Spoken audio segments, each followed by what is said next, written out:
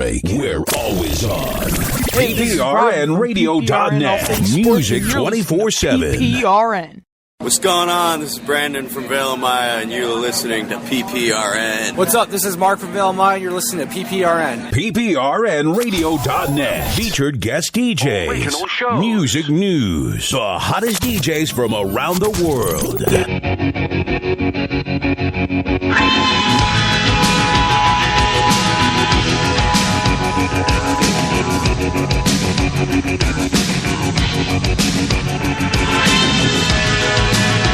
I'm the sun and the air of a shyness that is criminally vulgar. I am sun and air of nothing in particular. You should your mouth, how can you say?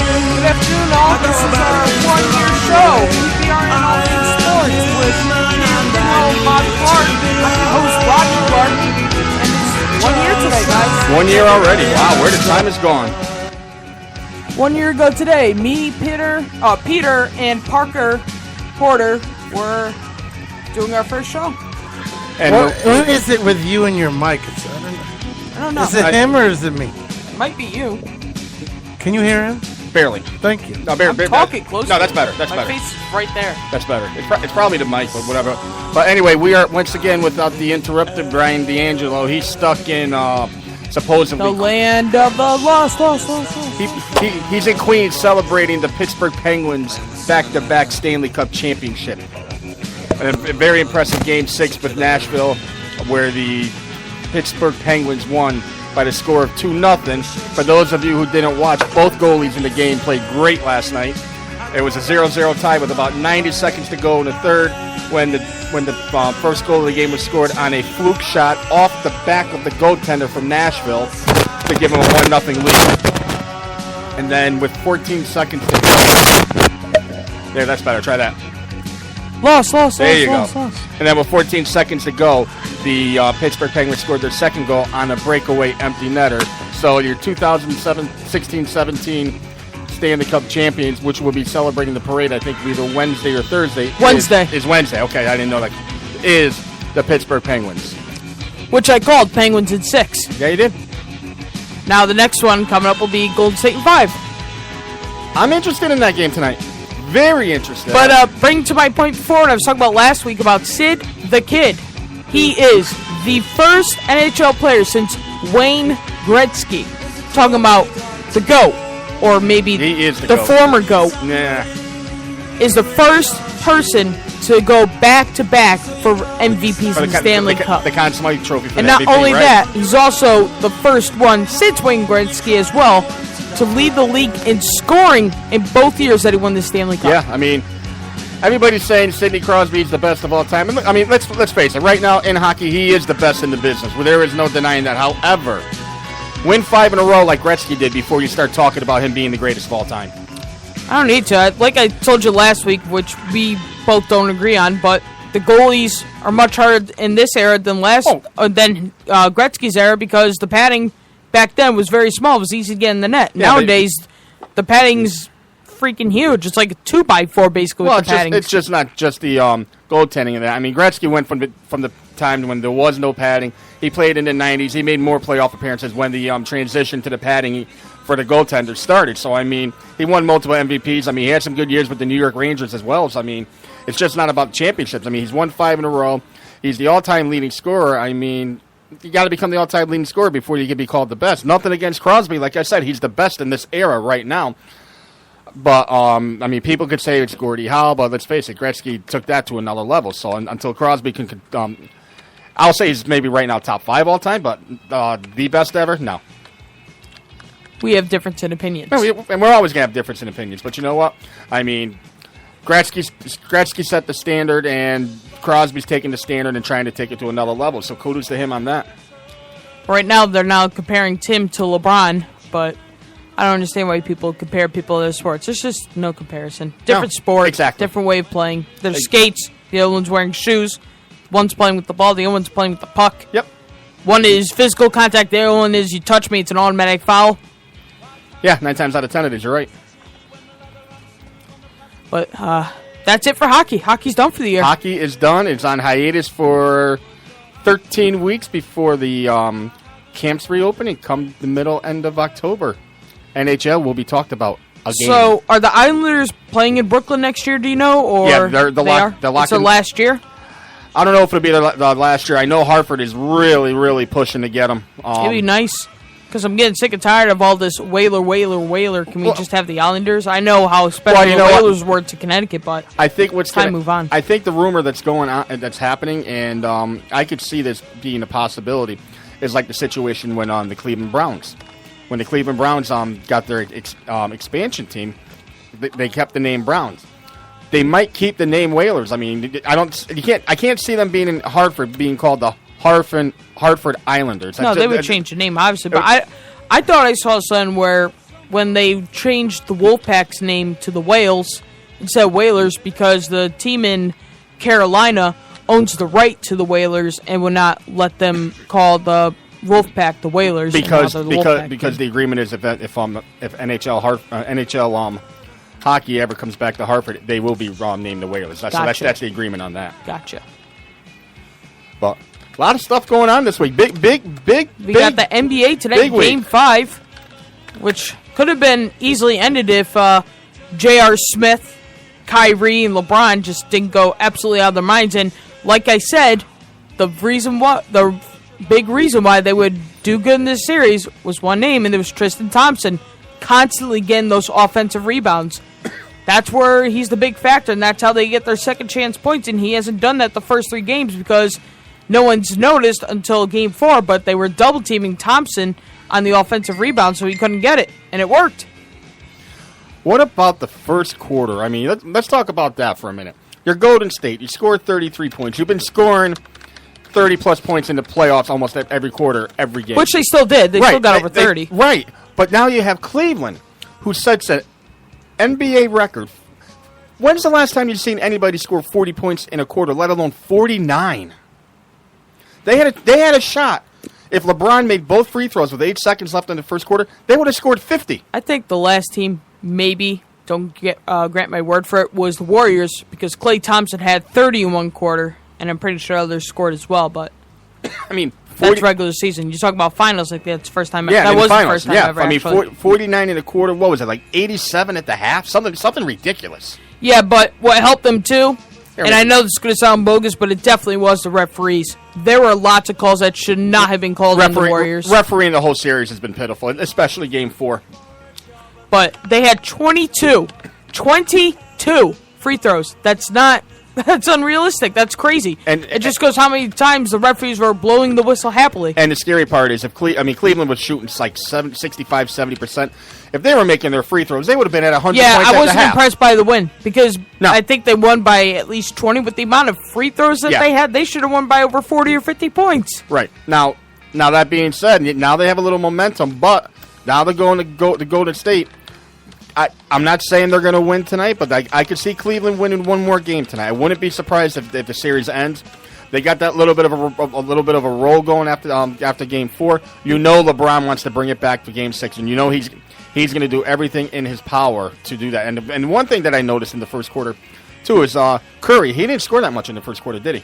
Curry's mainly letting Durant play the role, and I think that's smart for him because he's a point guard. He's not a shooting guard or a small forward, obviously. So when you're a point guard, you're supposed to facilitate the team, not be the shooter. Right. But Curry will shoot when needed. Yeah, I mean, he doesn't have to carry the team. Like in their first championship, he was doing a lot of the load. I mean, now he's got Durant, who's playing phenomenal. They got Iverson off the bench, who's been doing okay. I mean, Iverson. No, Iguodala's not even doing good. No, Iguodala's doing horrible. Well, he's not making any shots. Well, I mean, I'm not talking. I mean, defensively, he's he's good, but they need his offense. Yeah. Same with Draymond. Draymond's shooting 25% from Draymond, how about this, Draymond? Shut your mouth. Play basketball instead of crying over every foul. How about this? Did you see when he was supposed to get his supposedly second technical foul and the referees? That didn't make sense because, according to Doris Burke, she went over to the table and asked him. Yep. And the first technical foul was called on Draymond Green, but then they decide when they called the changed it, second yep. one, oh, no, that was meant on Steve Kerr. Like, Right. you can't do that. No, I mean, You can't do that. now if they changed the technical foul beforehand, It's different. right? But we don't know that because there was never an announcement made by the PA announcer who always, at least I know what they do for Brooklyn and the Knicks. If there's a change in the foul, they always announce it to the crowd. So whether it was mentioned or not to the scorers table, we don't know. No, I'm not condoning It's like the what change. Jeff Van Gundy said on the broadcast. This is a bad look for the NBA. It was definitely a bad luck with the officiating. The whole like that. the whole playoffs is. I'm going to be honest. The whole playoffs, not impressed this year. Not impressed. Yeah, the playoffs, but the finals, we're witnessing history. Yeah. It's history, so people could say, "Oh, Kevin Durant's ruined the finals because the Warriors are going to absolutely blow out the Cavaliers." Well, how about this? History. They can be the first team since the Lakers to finish 16-1 throughout the playoffs. Yeah, I mean, that's insane. That's amazing. I think the ratings are going to be great tonight. I think a lot of people. The ratings are the highest it's ever been. Yeah, and people are still complaining. Oh, but then stop tuning in. Exactly. I mean, what are you going to do? You're going to watch the Yankees? Okay, guess what? The Yankees are on at 10 o'clock tonight, so go watch the first quarter of NBA. You And go watch Judge hit another 495-foot bomb. We'll talk about that after. That's just amazing. That's sick. That almost hit one of the retired numbers. That's absurd. Yeah. This guy's just. He's on a tear. But like I said, back to the NBA. Tonight will be interesting. I think. And I hope that the NBA does this. I hope they sent a letter out to the officials that are officiating the game tonight and call the game the right way. I doubt it. They probably won't, but you know what? It's time. Because Silva's got to stick up for the referees. Well, not only Durant and James almost went at it. They were in each other's face. I wish they did. That would have been great. That would have been sick. That would have been awesome. That would have been sick. See them talking back and forth, and who else almost went at Pachulia. He almost hit Iman Shumpert right in his balls. He did get. Someone did get hit there. Something. I forget. No one got hit there. That was last year. No. No one got hit there this year. Not during that game. No, yeah, Van Gundy pointed out, saying that the guy on the ground reached up and punched him square, and it should have been a flagrant 2 and thrown out of the game. That was Pachulia. Yeah. So when was he that? didn't Wednesday? actually hit him. Game 4. Wednesday? What was Thursday. Game 4? Game 4 was Friday. Friday night. Oh, Friday. Yeah. No, he never got hit. He tried to, but he missed. It looked like it hit him, but Yeah, but even making the attempt, he should have. In the regular season, that would have been a flagrant 2. It would have been an ejection, and would have been a 1-game suspension. Should have been thrown out. Yeah, just a lot of these calls. A lot of this. And you mean to tell me that game wasn't anything that was expected for them to win? No. You didn't think they were going to go 4-0, did you? No. I said the Warriors were going to win 5. I gave LeBron respect. LeBron's not going to get swept. LeBron's actually doing his fair share. He's actually done. LeBron's only been swept once, and that was with the Cavs when there was no one on it. Right. To Tim Duncan, Manu Ginobili, Tony Parker. But say what you will. I will, sir. We'll see what happens tonight. Hey, who knows? There might be a game. They're going to win. The Cavs are going to win. It's the last game in Cleveland. Sure, they're going to win. No, they're in Golden State tonight. Oh, they're in Golden State tonight. Oh. Yeah, it's not like the old way where back in the 80s when the what would be two for the number 1 seed, 3 on the road, and then 2 at home. Now they went back to 2-1-1-1. I agree with that. Yeah, I do too.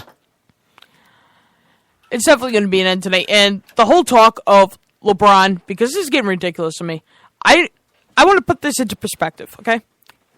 If you're in a losing team in the regular season and you had amazing stats to the point that you should be noted as the MVP, fine. I agree with that. However, when it's the NBA Finals and you're the losing team and people are talking about you being MVP and you didn't win that title, you are not the MVP. The MVP was the best player on the other team. So if the Warriors win tonight, I better not hear no talk about LeBron James' MVP. No, it belongs to Kevin Durant. You can argue Curry. You can argue Durant. The only sport that I know of that there was ever an MVP, and I know I'm probably wrong on this, but I do know this one for a fact. The only MVP on a losing team that played in the championship. It was a defender for the Dallas Cowboys back in the 60s. It was a defensive guy when they lost to the Miami Dolphins. It was a defensive end. He had like so many tackles. He was the MVP and when they lost the Super Bowl. So it is a very rare occasion that you have an MVP from a losing franchise. It's different the regular season though because it's throughout a whole different players. But when it's a championship time, if you don't win the championship, you don't deserve. That was in one of the Super Bowls. Yep. So. I think it was in baseball too, but I wouldn't take my word for it. Yeah, I think that's the other sport, but I just don't know the I don't know who it was offhand, but like I said, I mean, as good as James is playing, Irving he stepped it up. Kevin Love has been playing pretty well. He's been playing decent. Yeah, he has. But I mean, to me, you can make a case for a co-MVP with Durant and Curry because they're both playing well, but it's probably going to go to KD because Durant is the first player since Shaq to go 5 consecutive games. And yes, they've only played 4, but this is dating back to when KD was on the Thunder. 5 consecutive games with 30-plus points. Yeah. And he can make it 6 tonight, and I think he will make it 6 tonight. I mean, the other thing, too, look at the revolution of basketball. I mean, who has seen as many 4-point plays in the league as what there's been this year? Well, it's because they never shot threes as much back in the day. The last time that you had a relevant 4-point play was when the New York Knicks were playing, I believe it was the Indiana Pacers in the playoffs, and Larry Johnson just hits a bomb, gets fouled, 4-point play, changes the series around. I'm sure there's been more than that with Jamal Crawford. Jamal Crawford leading the most in NBA history. I'm pretty sure he's maybe the last one to do it, and if it wasn't him, it's definitely happened sooner than that. Well, I mean, I'm just saying at a critical time. I mean, I don't recall. That's the last one I recall. Like I said, I'm sure there's probably more, but I mean, go back to the 90s, you didn't see as much. You get going to 2000s, it started to change a little bit. I mean, ever since 3 or 4 years ago when Curry came in, because let's face it, he basically has helped change the game of basketball not just the amount of threes he takes, where he takes them from. Yeah, it's crazy too because that's what every team's done. There were only 2 teams that shot more threes than the Warriors. Number 2 was the horrible team of the Brooklyn Nets. Yes, that's my team, but they are horrible. And number 1 was the Houston Rockets. It's a 3 game now. A lot of small ball lineups. And that's where LeBron did good this offseason, adjusting his game to fixing that 3-point shot after the year before. He shot a dreadful percentage, the worst of his career. And now he fixed it, and he shot over 40%. That's really good for LeBron standards. Now, I heard Houston. I heard Brooklyn. That one surprised me. But I thought I heard Cleveland did as well. Shot more than. No, the Warriors shot more than Cleveland. No. Well, then I don't know. I thought I heard that on the radio, but whatever. But you know what? I mean, like you said, I'd like to see it go one more game, but obviously we have no say in it, so everybody just. It's done. Yeah, it's done after it should be done. It's done. It's a wrap. You were saying that you didn't think that LeBron deserves the MVP because obviously he's on the losing team, but the MVP, isn't it measured by like one game where he was just like phenomenal? No, throughout the whole series. Whole series. He's been phenomenal throughout the whole series, but my point being, if you don't win the championship, what are you valuable about? You're not valuable about anything. You what lost did Durant the championship. do as far as points, though? How many points did he get? Durant's been scoring. He's averaging 34 points a game throughout the whole finals right. on 52% shooting, and before the dreadful Game 4, he was shooting 50% from 3-point range. He's now at 42%, which is still outstanding numbers. What makes you think LeBron's going to get the MVP? I don't think he is, but people are talking about it happening like that, and I don't think it should. They're talking about it like that because he's basically taking the team, even though Love and Irving have been doing decent. He's been taking the team, putting them on their back. Kyrie's been, too. Kyrie's been the dead-eye shooter. Yeah. Kyrie's taking shots that are unseen of or ever, what do you think of him going to L.A. next year? They're talking about that, but I don't think it'll happen next year. I think once LeBron he's gets... done in 218. His contract. Yeah, his contract. But what he's been doing, he's kept on re-signing contracts so he could be the most paid player in the NBA, which he deserves for being the best in the world. I don't think he's the best in the world anymore. I think there's someone else, but I'll bring that up a little later. I was just going to go there. I think once his career downfalls, when he's about 36, 37, he'll go to the West Coast, probably to the Lakers, when the Lakers are going to be really good with their young talent and try to win a championship there. Jeff Van Gundy even said that the torch is starting to pass right now. I don't think it's Kevin Durant. I think the best player in the NBA is Kawhi Leonard. It's funny because you don't think it was Van Gundy said he thought it was Durant. So I mean Leonard's a great player. I mean, you're getting at that point where you're getting James. He's starting to come down a little bit, but not to the point where he's not the best in the game. You have Durant, who's finally on a championship team, and he's stepping up. You have Leonard, who's stepping up. I mean, you've got three great players, and don't forget, I mean, you got Harden. I mean, Harden is he's pretty. My issue with Harden doesn't play defense. Yep. That's the problem. Kawhi Leonard, offensively, is just a freak. Defensively, he's a monster. And to prove my point further about him being the best, the Warriors were losing by 25 points game one. That's right. Kawhi got hurt with Zaza Pachulia. They lost the game by double digits. They outscored them by 40.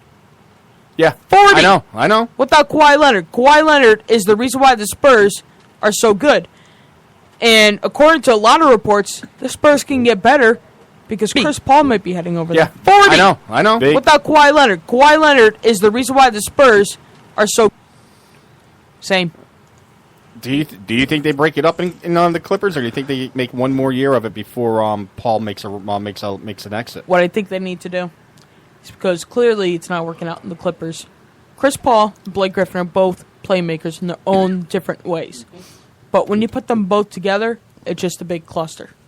And I think my thinking is you get rid of Blake Griffin because Blake Griffin's been getting injured constantly to his knees, and what they rely on with him is his athleticism. But when you get too many injuries to your knee, the athleticism goes away. Well, the only problem I have with that is, I mean, yes, I know they haven't won in the first round of the playoffs in a while, but for the last 5 years, they've been over a 600 winning percentage. I mean, I think you have to give it one more shot. Now, I agree about the Griffin thing. I know they haven't won. So you have to get someone who's just as equivalent to him, but who knows who that's going to be? 600 winning. I think they need to do a trade. I think you have to give it one more shot. Either Blake Griffin goes to Indiana, about the Griffin thing, and you do something with Paul George, or you send him to New York, and you get Carmelo Anthony. I was just going to say, send Carmelo out there in a trade. Let the Knicks get some draft picks. Don't even take a player. Get a couple of draft picks. Rebuild. I think Blake Griffin with the Knicks would be good. But I think if Blake Griffin didn't want to play for the Clippers anymore, I think there's only one place he would want to play. And that's the Thunder. My reasoning why. He went to Oklahoma in college. Yep. Don't you think he would want to return there? Or would he want to go to the Lakers? Do what Brandon Marshall did in football? I don't know necessarily with the Lakers because the Lakers have Julius Randle.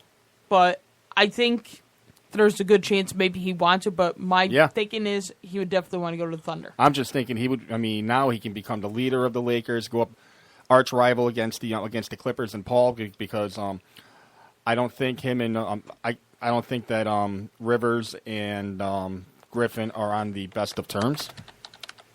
Well, I can tell you this: if he did go to Lakers, he wouldn't be the leader because the Lakers are basically making Brandon Ingram their leader.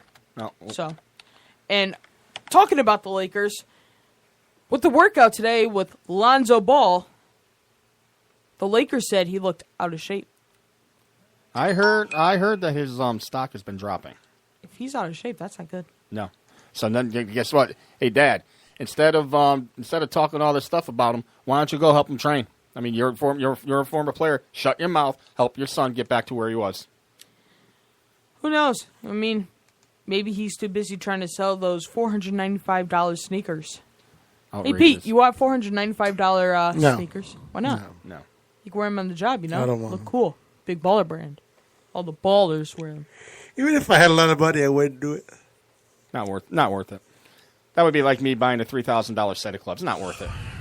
No, I think that's more worth it than $495 sneakers because Nah. those clubs would probably last longer than sneakers. Not necessarily the way I hit the ball lately. Yikes. Yeah, yikes. Anyway, 203-992-7776. Call in to talk to us about anything. Right now. You're live at PPRN. Hey guys, it's Chris Sanford. How we doing? What's going on, What's up? Chris? Hey, I just wanted to call in. I saw that it was a 1-year anniversary of All Things Sports, so I just wanted to congratulate Pete and Robbie and Bob. Congrats on that. I'm glad to have been a part of it, and I look forward to another great year plus of wonderful shows. If I'm not too busy, I do listen in, so, I definitely try and see what's up, what's going on. I don't like basketball, but you guys do what you want. So thanks, man. Figured I'd call in and say hello. Anyway, Chris, the credit's got to go to these two. I just jumped on the bandwagon like somewhere in the middle of it. These guys have done a whale of a job with the programming, with the sports, and obviously Pete with his other shows and all that. But hey, if the weather's good, you're going to see me Friday night. All right, I will. You're not the only one saying they're going to come. I met there was a woman and her 10-year-old son. They're very nice people. They said they were coming. You said that you were coming, and there was one other person that said that they were coming. Can't remember who it was, but off the top of my head. But definitely. I look forward to you coming down. The Super Modifieds are there, so it's going to be one of the Stafford special nights out of the season. It's just not a typical Friday. It's they got the Super Modifieds there, as well as the Modifieds, the SK Light Modifieds, the late models, limited late models, and the Dare stocks. So look forward to seeing you there. Well, hey, let's get your first win. I'm trying. You're knocking on the door. And, you're right there. Yeah, I know. We're keeping pace, and the car's really come a long way. We've definitely turned it around. I can't give out who's helping us with the car because he's just that good. But if he's for some reason listening, he knows who he is. But yeah, we're definitely we've climbed spots and we've earned our keep. So to speak, and we're showing, that, we're not 12th place anymore. We're 8th and 7th thus far. Between, my experience and how the car is in shape. So, I really want to, believe me. There's nothing more I want to do right now than get that first win. But car's just not there, and I'm not there. But it's more so the car than it is me, I'd say. So. Well, you know what?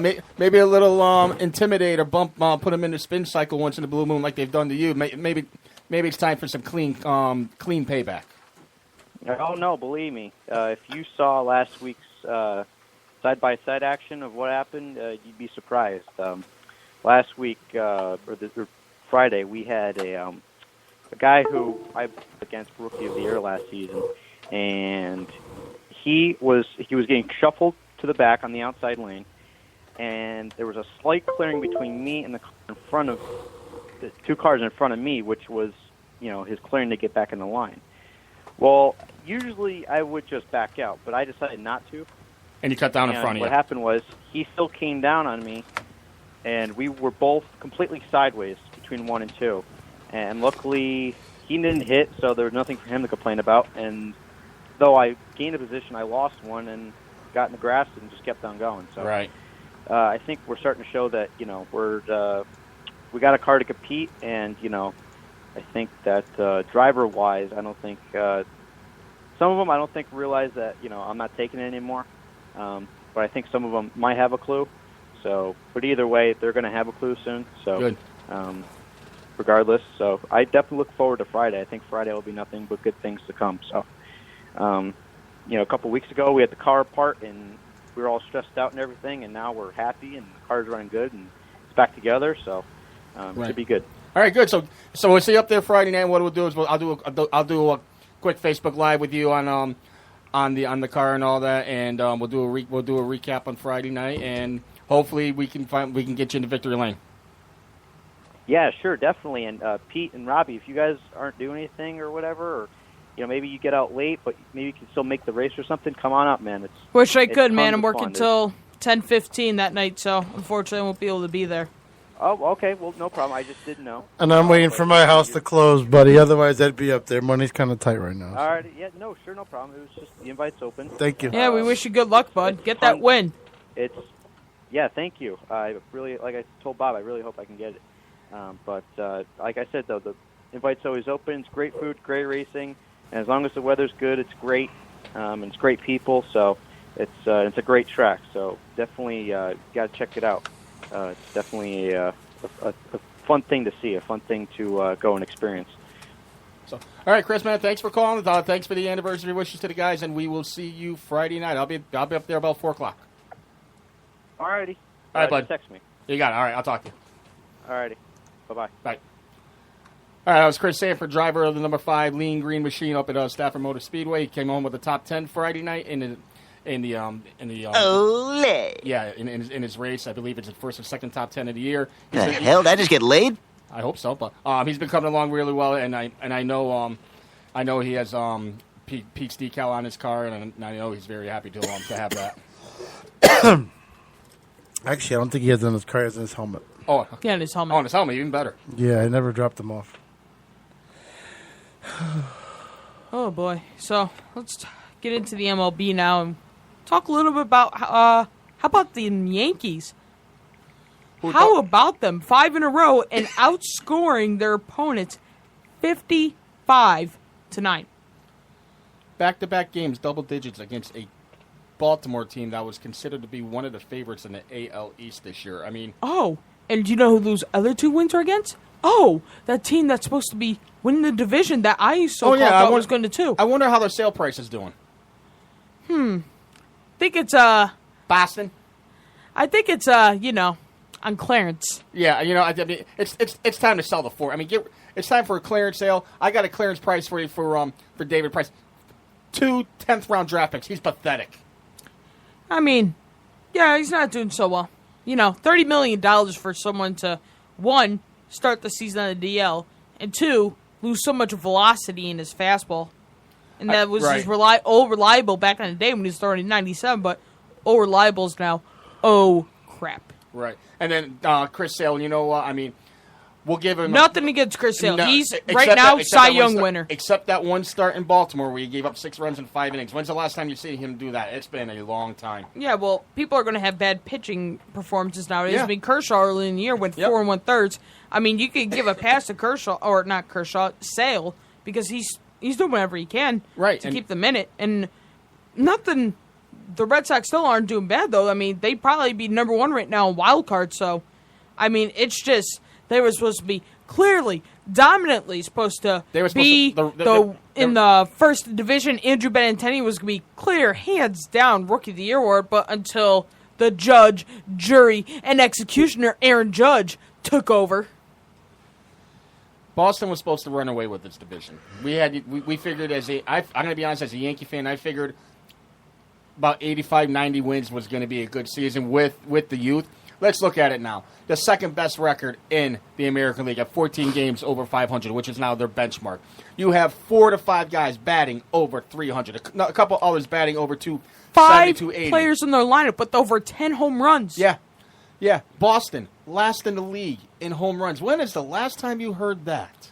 Well, once Big Papi went big retirement, they relied on Hanley, who's 1, injury prone, and 2, not the type of hitter that David Ortiz is. Yep. Or was, actually, because he retired. But, I mean, Boston, they still have a decent team, but, I know they've had some injuries. We get that, but you know what? So have the Yankees, and we're still missing our first baseman, Greg Bird. Yeah, we missed Greg Bird. Sanchez was out for a month with his injury. Tanaka's been absolutely terrible. He's still over 500. No, he's been terrible. He's so up and down. I mean, what are they going to do with him? I think they got to go back to how he They was say in he's Japan. not hurt, but I really think he's hurt. I mean, last year he was throwing his fastball at 94 miles per hour. It's down to 90, and he had a lot more movement in his pitches last year. Now it's just not moving right. You know what? I mean, last year we thought there was something wrong with CeCe. Well, CeCe learned how to pitch. Maybe Tanaka needs to start learning how to not just throw the ball and do what CeCe's doing. Because let's face it. No, that's what Tanaka was doing last year. CeCe is just, talk about a surprise and a half. Tanaka doesn't think like that. Tanaka's doing what he's always been. He's been trying to place pitches correctly. The problem is the movement's not right, and he lost velocity. 17 home runs he's given up. And you know what? He has a tendency, he doesn't like to walk. He does have batters. a tendency to give up home runs. He has to learn that sometimes a walk is better than the home run. Just the movement of the pitches, like I said, he'll try to throw a slider, and it'll just be a hanging slider, and then gone. Now Chapman, I believe, has thrown a couple games down in Tampa on his rehab stint. Get this, Chapman is scheduled to pitch tomorrow, and do you know where they're playing tomorrow? Yes, I do. Hartford. So Yankees. Aroldis Chapman, the Yankees reliever, their Double-A team is playing up at the Dunkin' Donuts Field against the Hartford Yard Goats. So hey, Yankee fans, go support Chapman. Tuesday, Wednesday, Thursday. Matter of fact, I got Thursday off. I think I know where I'm going. Bring me live. Yeah, we'll go live. Yeah, so I mean, we're doing all this without Bird. We're doing this without Chapman. We did this without. Didi was on the DL at the beginning. Didi of too. the year. I completely forgot about Didi. Yep. So I mean, you got to give kudos to Torres and Austin Romine, two bench players who probably would be starting for a lot of teams. I mean, and they're batting up in the 280s to the 300 range. I was watching one of the news shows. I forget what it's called now on the Yes Network. Homegrown, I think it's called. Yeah. Regarding the Yankees minor league teams and all that. And Austin Romine at one point was supposed to be a top prospect to be one of the best catchers in the MLB. And now he's adjusted his role to being the backup. But like you said, he could fit on any team as starting catcher. I mean, look what happened with Francisco Cervelli going to Pittsburgh. So Cervelli's a perfect example. And not just Cervelli, but also Chris Stewart, who, backs up Cervelli in Pittsburgh. Imagine but he could be a starter anywhere, too. He's like 36 years old, and he's a backup catcher. It just shows you. I mean, if you got not 36, he's young. I thought he was 36. No, he's young. I think there's somebody else then. But I mean, if you got an army and you can catch defensively and hit a little bit, you got yourself a nice little career. I mean, the only positions Yankees struggle right now is third base. Headley was hot in April and he's done, which I knew was going to happen. Chris Carter, who is a home run or a strikeout, and nowadays it's a strikeout. Yeah, I mean, they did put Halladay over there a little bit. I mean, maybe that's something they think about, but a couple games. I think that is something they're going to think about because talking about center field with Aaron Hicks been absolutely phenomenal. Where did he come from? Oh yeah, where did he come from? Last year he was batting 240. He was an all-star. He was one of Minnesota's best players a couple years ago. Comes over here in free agency.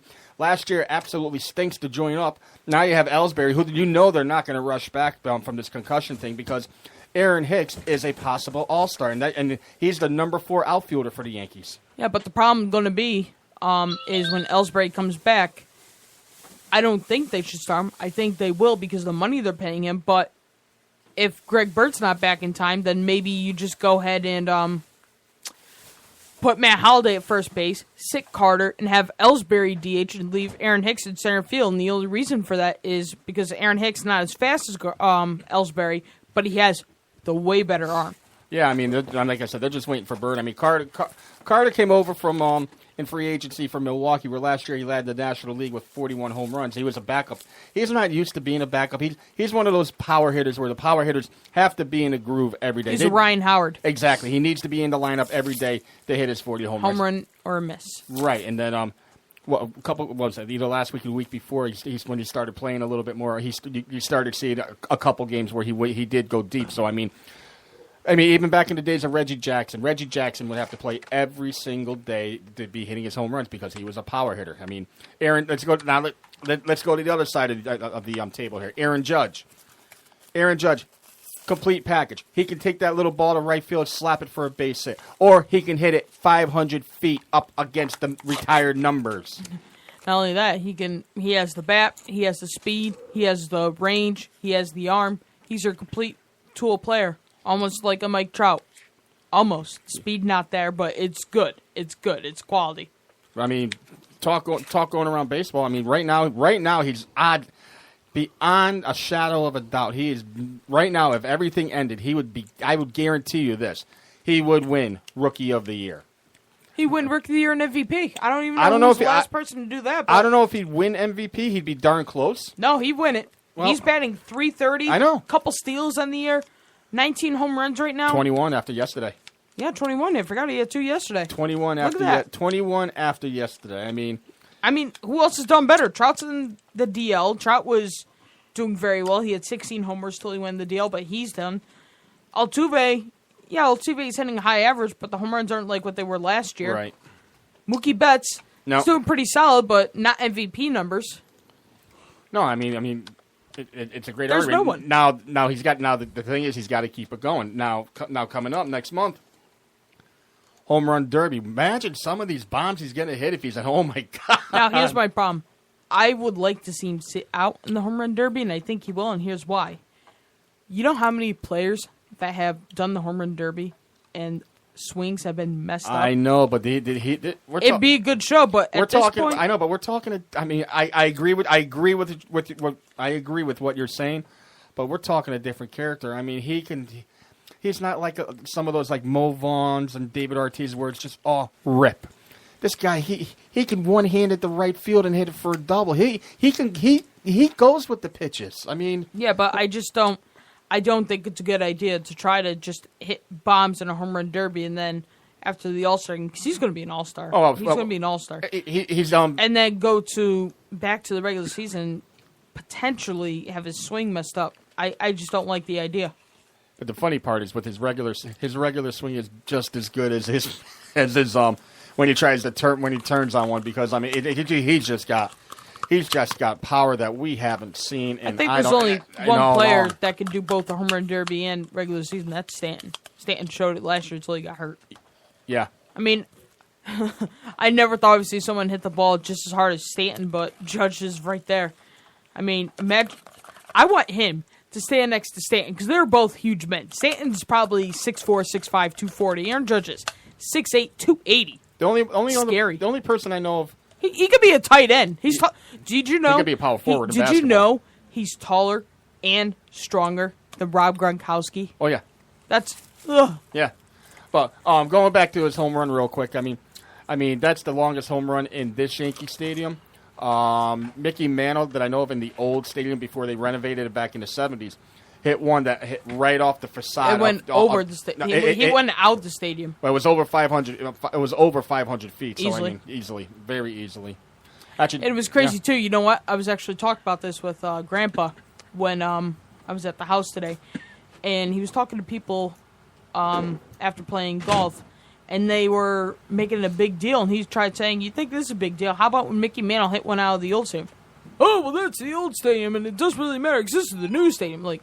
That's just irrelevant. That's invalid.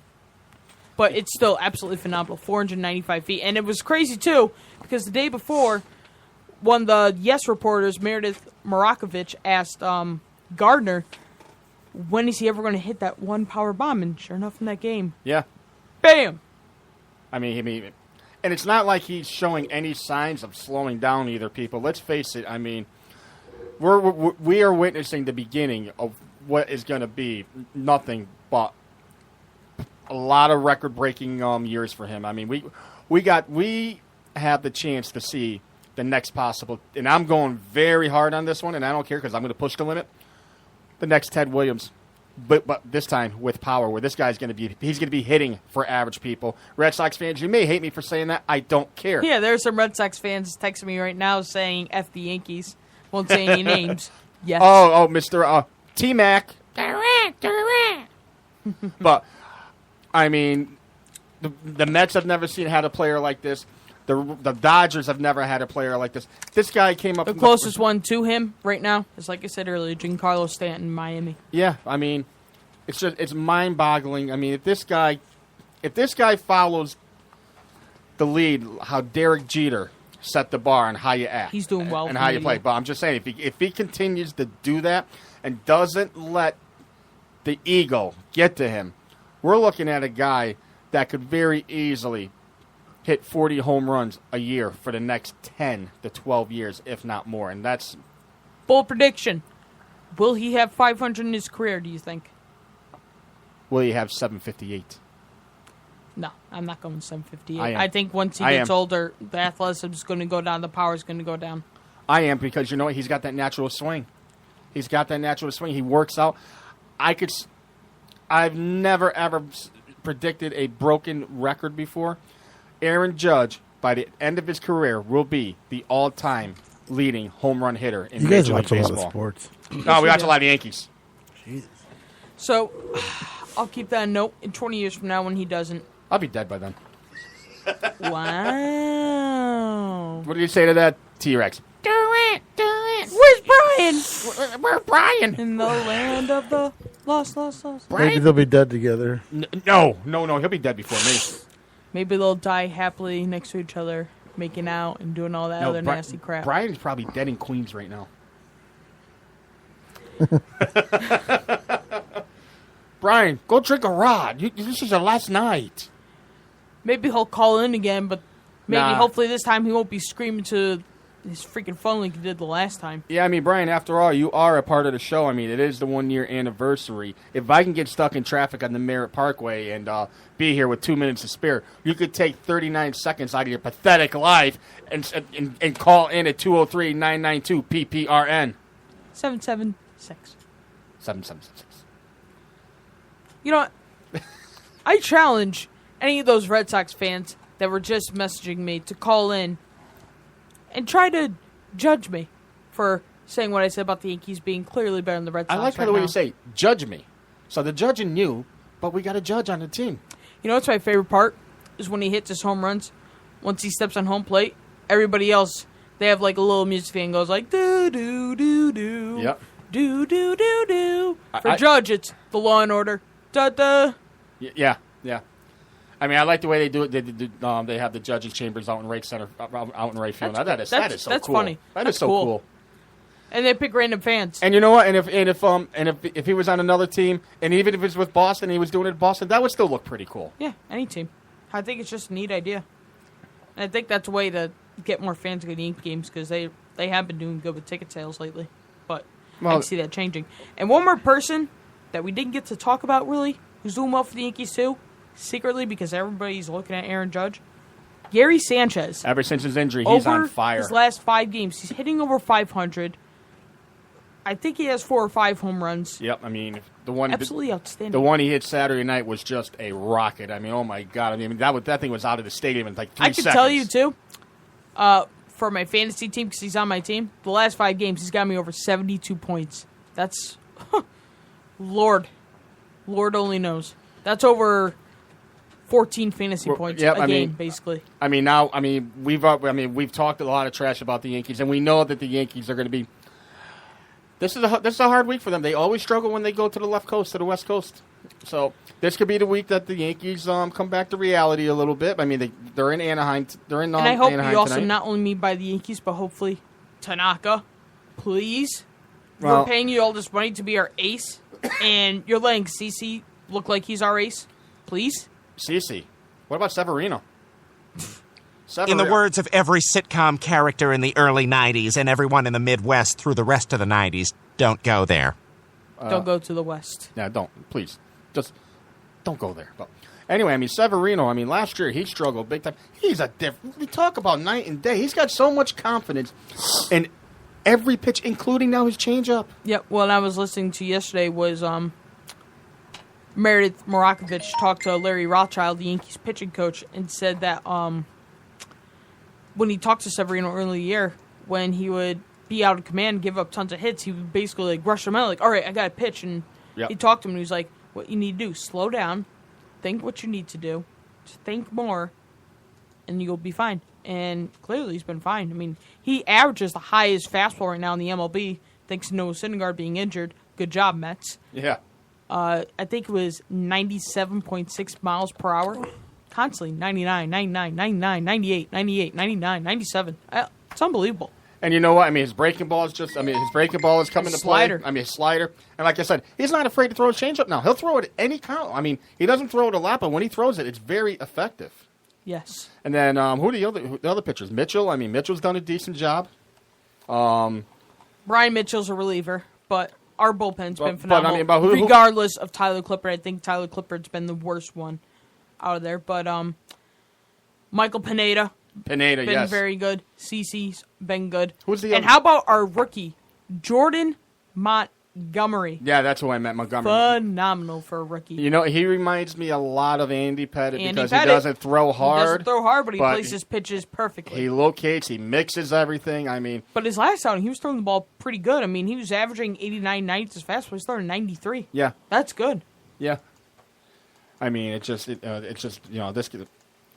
amazing and very unexpected how the Yankees have been playing this year. I mean, we knew they had the opportunity to be a good team, not this good. Not this good, not so fast. I mean, it's mind-boggling. I'm not saying that it's record-breaking. That's far from it. But I mean, you would figure after 26 consecutive winning seasons that the Yankees have had, which the Red Sox have not, which the Dodgers have not, Lots of teams, which no other or team. The only other team that has had as much of a consecutive winning season is not even in baseball. It's the Detroit Red Wings in hockey. So if you want to talk history, you're looking at the Yankees, and they've done it with only 2 managers. They've had 2 managers in 26 years, and Joe Torre and Joe Girardi. Now, a lot of people don't like Joe Girardi because he micromanages. I get it, but you cannot say, hey, he keeps winning. I mean, that's because the talent he has. Yeah, I mean, when you have talent like that, it's not hard. Yeah, but I mean, you know what? I mean, now he's got not just talent; he's got youth. He's got some speed. He's got the pieces that he wants, and that's where you got to give. And you got to give a tip of the hat to Brian Cashman. Brian Cashman has said, "Hey, we're staying with the young guys." Exactly. Brian Cashman finally last year decided to grow his set and go up to the Steinbrenners and Randy Levine and say, "No, we're selling our players. We're going to upgrade our prospect system. We're going to get better that way." And thankfully, last year, Gary Sanchez just was amazing. But honestly, I wish the Yankees did have a worse record. This way, for the draft of this year, we could have got somebody very, very nice. I know. To build in that prospect system. But you know what? Stuff happens. We are where we are. We're in first place. But the only problem is there's 2 teams better than us. That's the Colorado Rockies and definitely the Houston Astros. Well, I mean, the Houston Astros, a couple years ago they knocked us out of the wild card. I mean, they've got probably top. To me, Keuchel's the best pitcher in baseball. Wow. To me, he is the best pitcher in baseball. Even though he is on the DL right now, he should be coming back anytime. But I think he's a little bit better than Sale, only because he mixes in a little bit more. Sale is a great he is a great pitcher. I just think right now, I think Keuchel's just a little bit better than him. I mean, Keuchel owns us. He owns us.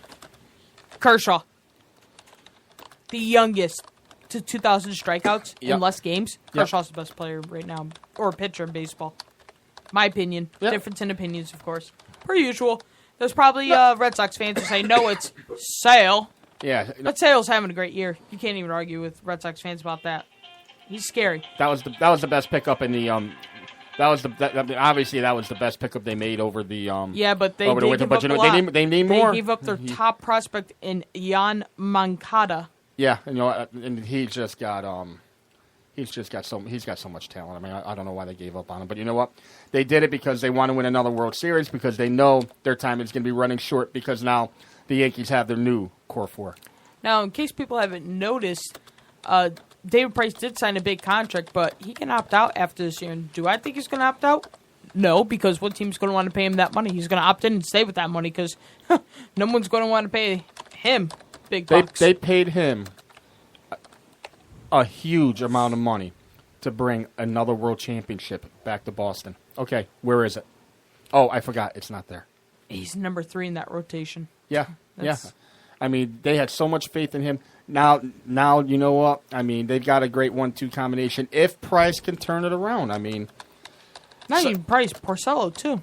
Porcello's not even pitching good. The reigning AL Cy Young winner, who shouldn't have even won it last year, should have went to Justin Verlander last year. Verlander pitched. I think he didn't have a better win-loss record. I think Rick Porcello beat him in that. He had a better whip, a better ERA, more strikeouts. Well, Porcello pitches to contact. He had, and what's her name? Susan Waldman was talking to the Red Sox manager Farrell before the series started last week, and basically Farrell said that whoever the manager of the Red Sox is, he said he's John Farrell. Yeah, it's not like that he's throwing bad. He's just missing his spots by like 1/10 of an inch. I mean, look at it when the Yankees faced him. The ball was moving back into the batters, where the ball was moving to the middle of the plate instead of going to the corners. And in baseball, that 1/8 of an inch makes a big difference. Sure does.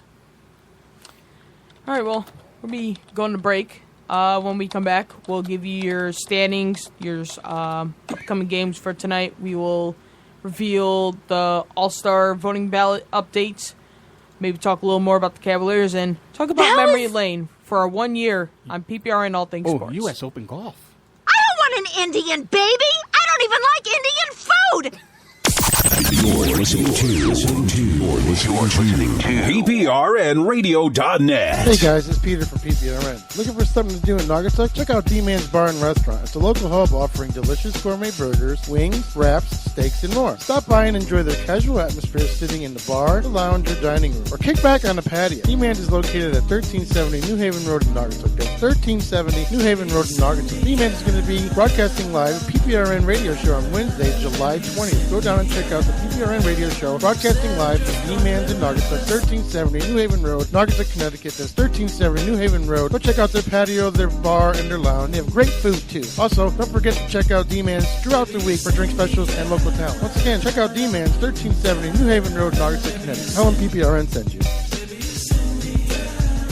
PPRNradio.net. Featured guest DJs. Music news. The hottest DJs from around the world. J&M Automotive in Naugatuck, Connecticut has been in business for 28 years. They stock over 450 quality pre-owned cars. They have the highest quality cars with haggle-free price, complete financing for all credit scores. They take all trade-ins. They are rated with the Better Business Bureau AAA. They were voted CTI ADA Quality Dealer of the Year. Visit jnmautomotive.com for cars, pics, videos, and descriptions. jnmautomotive.com. They're located in Naugatuck on 756 and 820 New Haven Road with over 250 cars in the lot. Call them at 203-723-5666. That's 203-723-5666. Also, go check them out on New Haven Road and check out their website, jnmautomotive.com. And tell them PPRN sent you. Hi there, and if you need any kind of work done to your car, you can try DeSilva's Auto Body, located in Naugatuck at 275 Rubber Avenue. Serving the Naugatuck Valley community with the highest quality of craftsmanship for 25 years, we pride ourselves in delivering on our promise of extraordinary customer service and product satisfaction. We have recently expanded our business with in-house experts in industry gold standard equipment. So once again, give us a call at DeSilva's Auto Body, 203-729-5967. That's 203-729-5967, located in Naugatuck on Rubber Avenue. Once again, the Silva's Auto Body, 203-729-5967.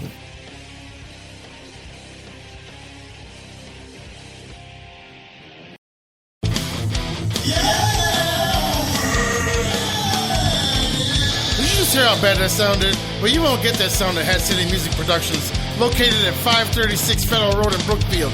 CEO Chris Litwin takes your music to the next level. If you're tired of those basement recordings, those people that you pay too much money for and have you get out within a half hour, well, you won't have that problem. Hat City Music Productions, once again located at 536 Federal Road in Brookfield. Go check out Hat City Music Productions. You won't be disappointed. Tell them PPRN sent you. You're listening to PPRNradio.net.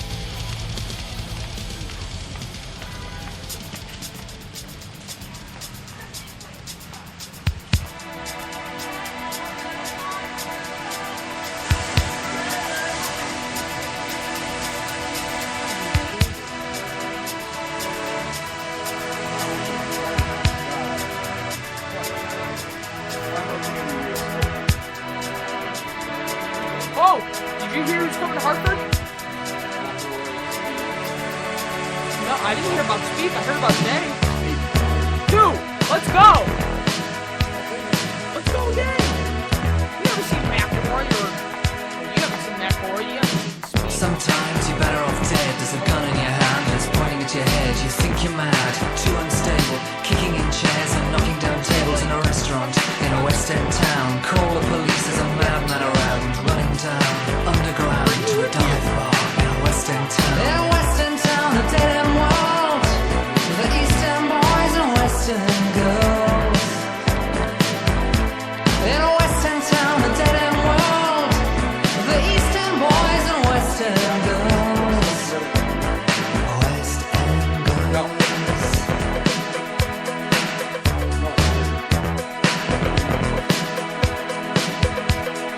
Too many shadows, whispering voices, faces on posters, too many choices. If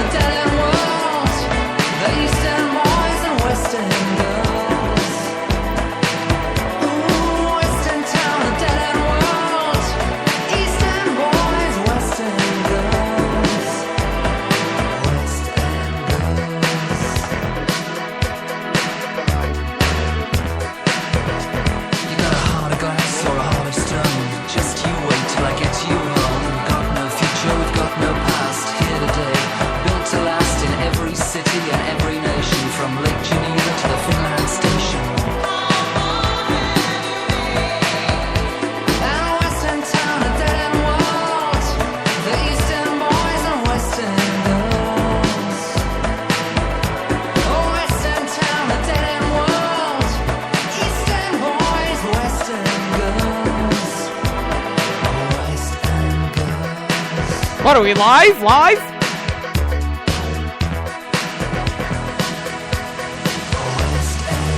Are we live? Live!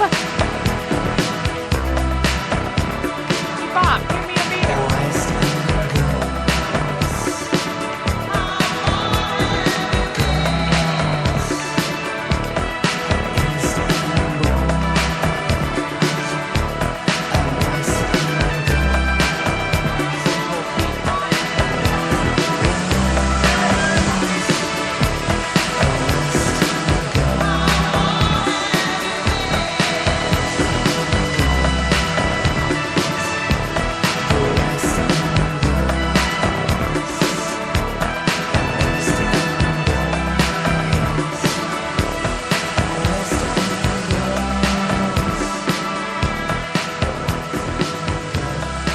PBRNradio.net. Featured guest DJs. Music news. The hottest DJs from around the world.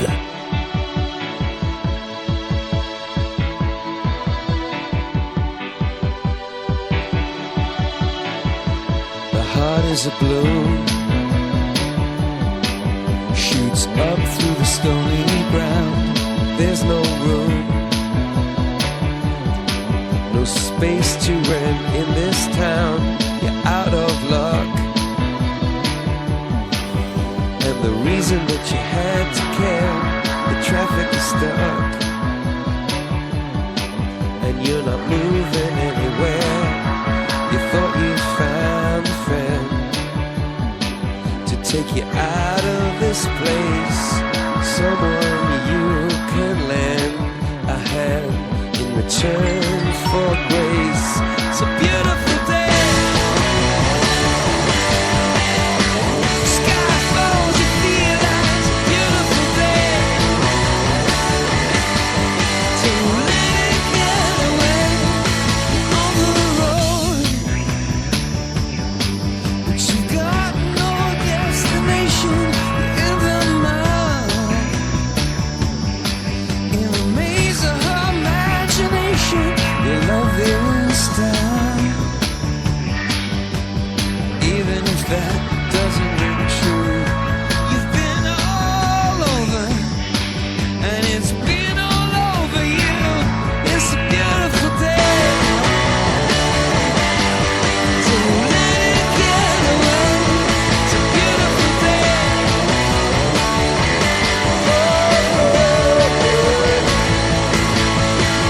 Touch me,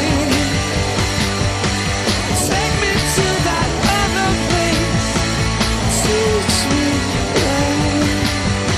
I know I'm not a hopeless case.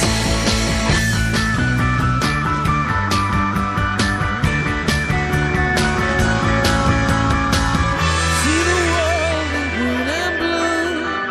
See China right in front of you. See the canyons broken by cloud.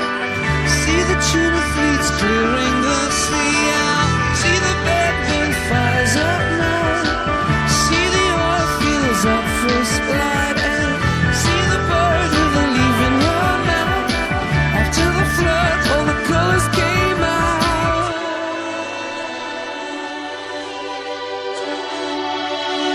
It was a beautiful day. So let it get away. Beautiful day.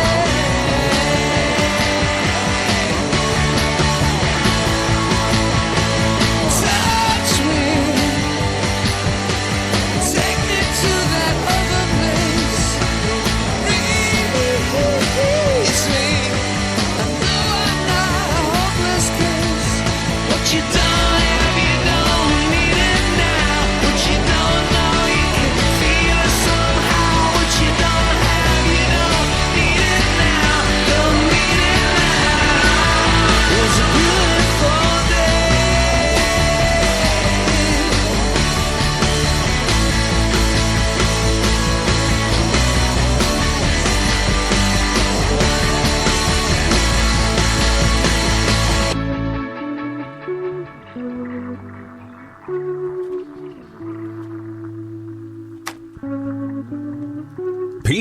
RNRadio.net. Featured guest DJs. Music and news. The hottest DJs from around the world. All right, we are back, and we're following some breaking news out of the NFL. I kept it silent during this whole break, so you'd be a little bit surprised. Is it the Jeremy Maclin going to the Ravens? That is the breaking news. I saw that coming. They were talking about it. I mean, they had to replace Steve Smith Sr. I mean, Mike Wallace just isn't enough. Kenneth Dixon, the running back. I mean, Baltimore needs weapons. Well, they got a weapon. And I'm not saying he's a 2-year deal. Yeah, I mean, I'm not saying he's a weapon, but I mean, he is solid. He's good. He is solid. I mean, Wallace will probably still be the number one. Problem is he had a quarterback thrown to him who doesn't throw to the quarterback. Yeah. You believe we're already 6 weeks away from... I know. Oh, my God. Training camp. Oh, my God. Everybody's excited again. It is. I think that's when we hear Pete the most is during the season in the NFL. It is. People be sitting there saying, this is doing work. He'll be sitting there talking like, oh, but the Cowboys are amazing. No. You know Jerry Jones is God. No, you know what today marks? It marks 3 months to the exact day, Monday Night Football. The doubleheader night where they play the one game on the East Coast and they play the one game on the left coast. I like it. Yeah. Yeah, I mean, football's coming, people. Start getting ready. Yeah. Well, he declined the Bills, went with the Ravens, but there's another big news. The Jets have released Eric Decker. Why? He's your only receiver you got. You got rid of Brandon Marshall. Eric Decker is as solid as it gets as a wide receiver. Why the heck are you getting rid of... Now who's next? Why are they getting rid of everybody? They got rid of everybody. Why don't you just pull the They tape? got rid of Marshall. They're probably going to get rid of Forte soon, probably. Got rid of Decker. They got rid of Revis. Who was their leading tackler who was pretty good? Not Sheldon. No, Richardson, I don't think.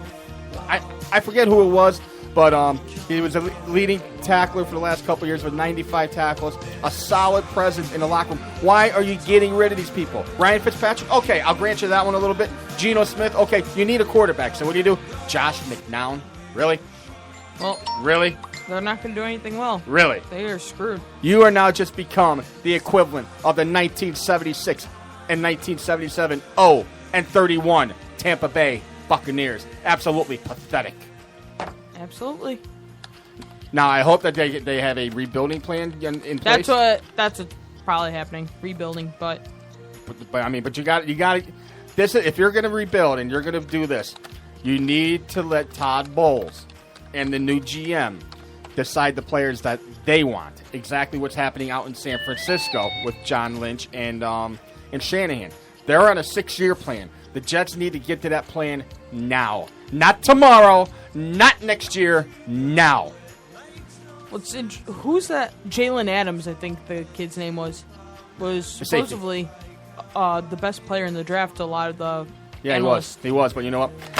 I still don't see why you're getting a safety at number 6. I know he's great, but you know what? If you're gonna lose Marshall and you knew you were going to get rid of Decker, why aren't you going out and getting that Mike Williams from that the Chargers got? Why aren't you replacing a good receiver like Brandon Marshall to the receiver? Well, you gotta remember, Todd Bowles loves defense. Yeah, so but that's the reason why. Oh, I understand, but I mean, if they're talking about this kid being the best player in the draft, then why not get him? You're not gonna have a good year. You know what? He's gonna get thrown to the fire right away because I mean, like I said, the Jets got rid of in the words of Brian D'Angelo, they got rid of a rock with Brandon Marshall. They got rid of Decker. Forte's probably on the chopping block, and you know what? Forte deserves to go to a team and play for a championship team that is he was going to be contending for a championship. He would have been on one last year. Well, that was it. You know what? He made his bed then. He chose the money. Well, you know the Jets what? gave more money.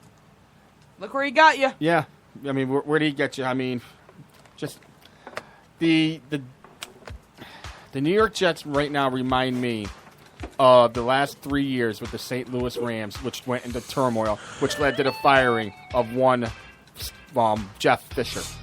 Yeah, people think that Jeff Fisher's a good coach. Just needs to shut up. He's a good defensive, not a head coach. Yeah, he's not a good head coach at all. He's horrible. He has a losing record like humongous. No, he doesn't belong as head coach. Yeah, so Maclin, that I know of, and maybe you might know, that's probably one of the last biggest free agent signings you're going to see this year. No, there's one more that could happen.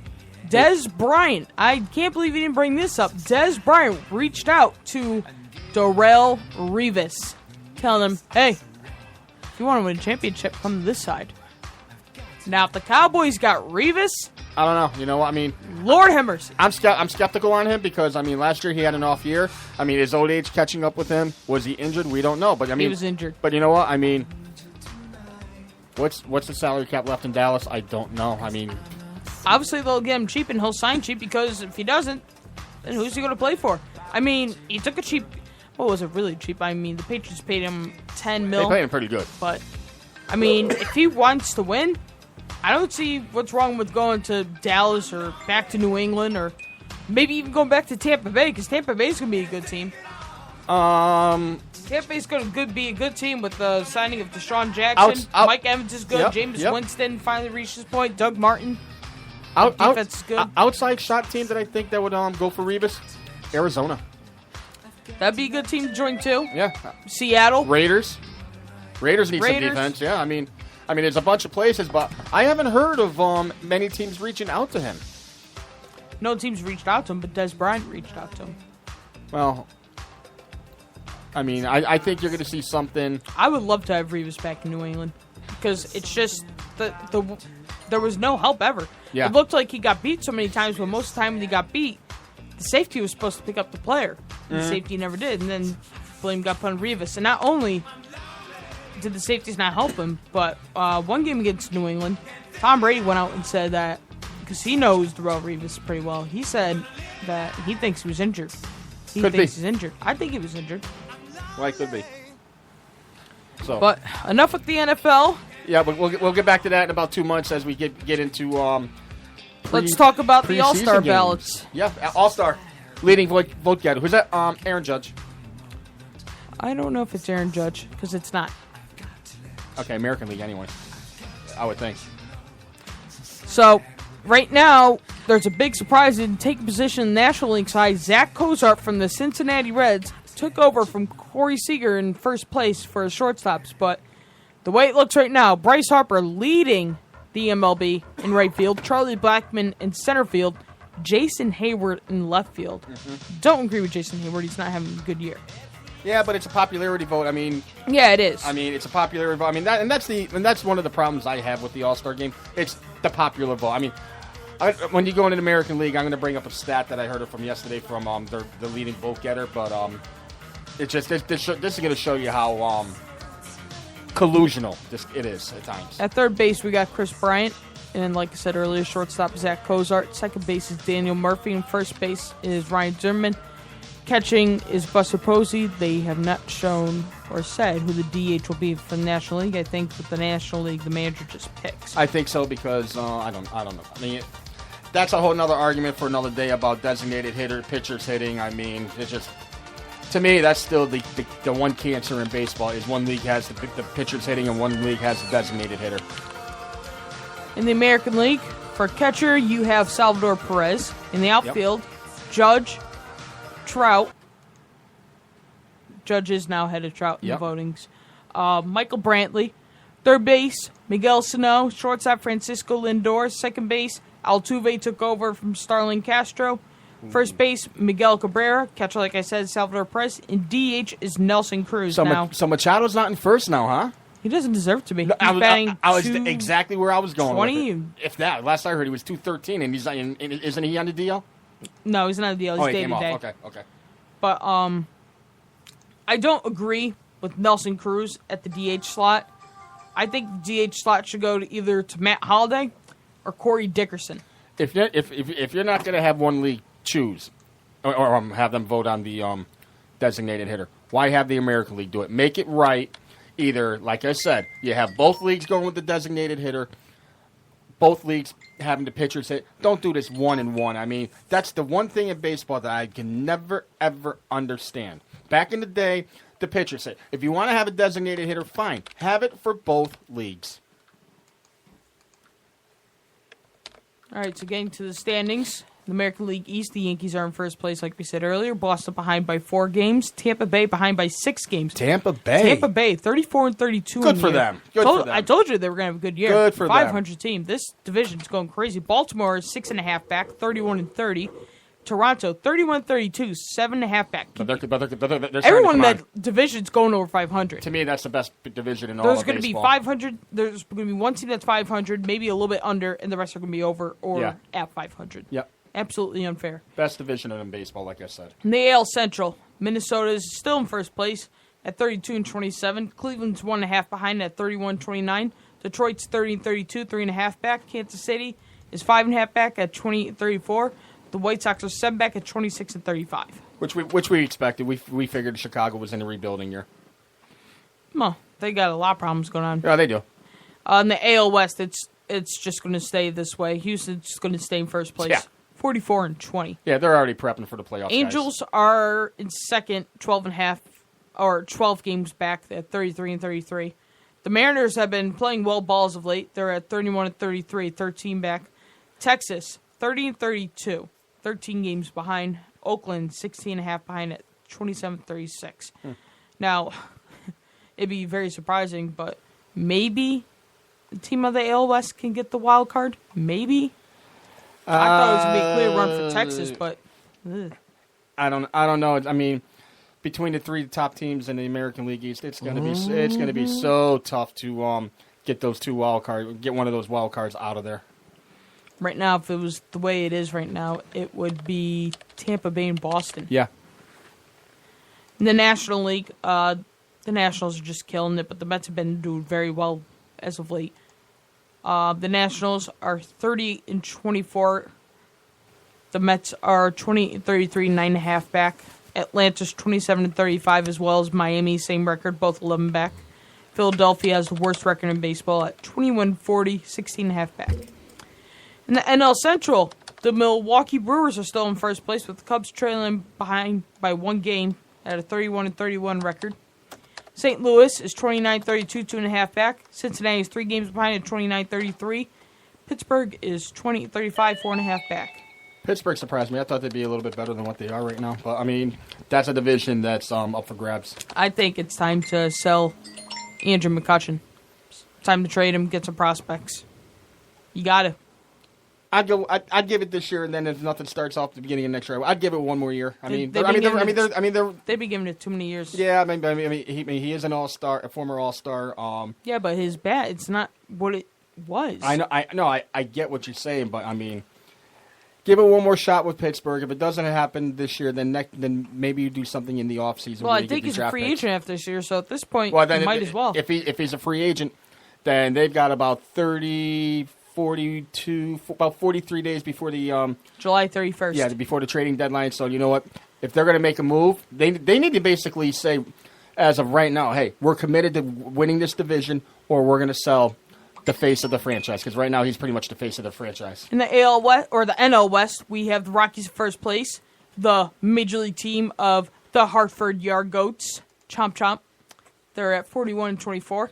The Dodgers are in second, game and a half behind at 39-25. Arizona is 2 games behind at 39-26.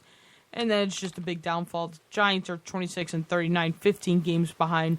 And San Diego's back by 16.5 games, 24-40. But the Giants, man.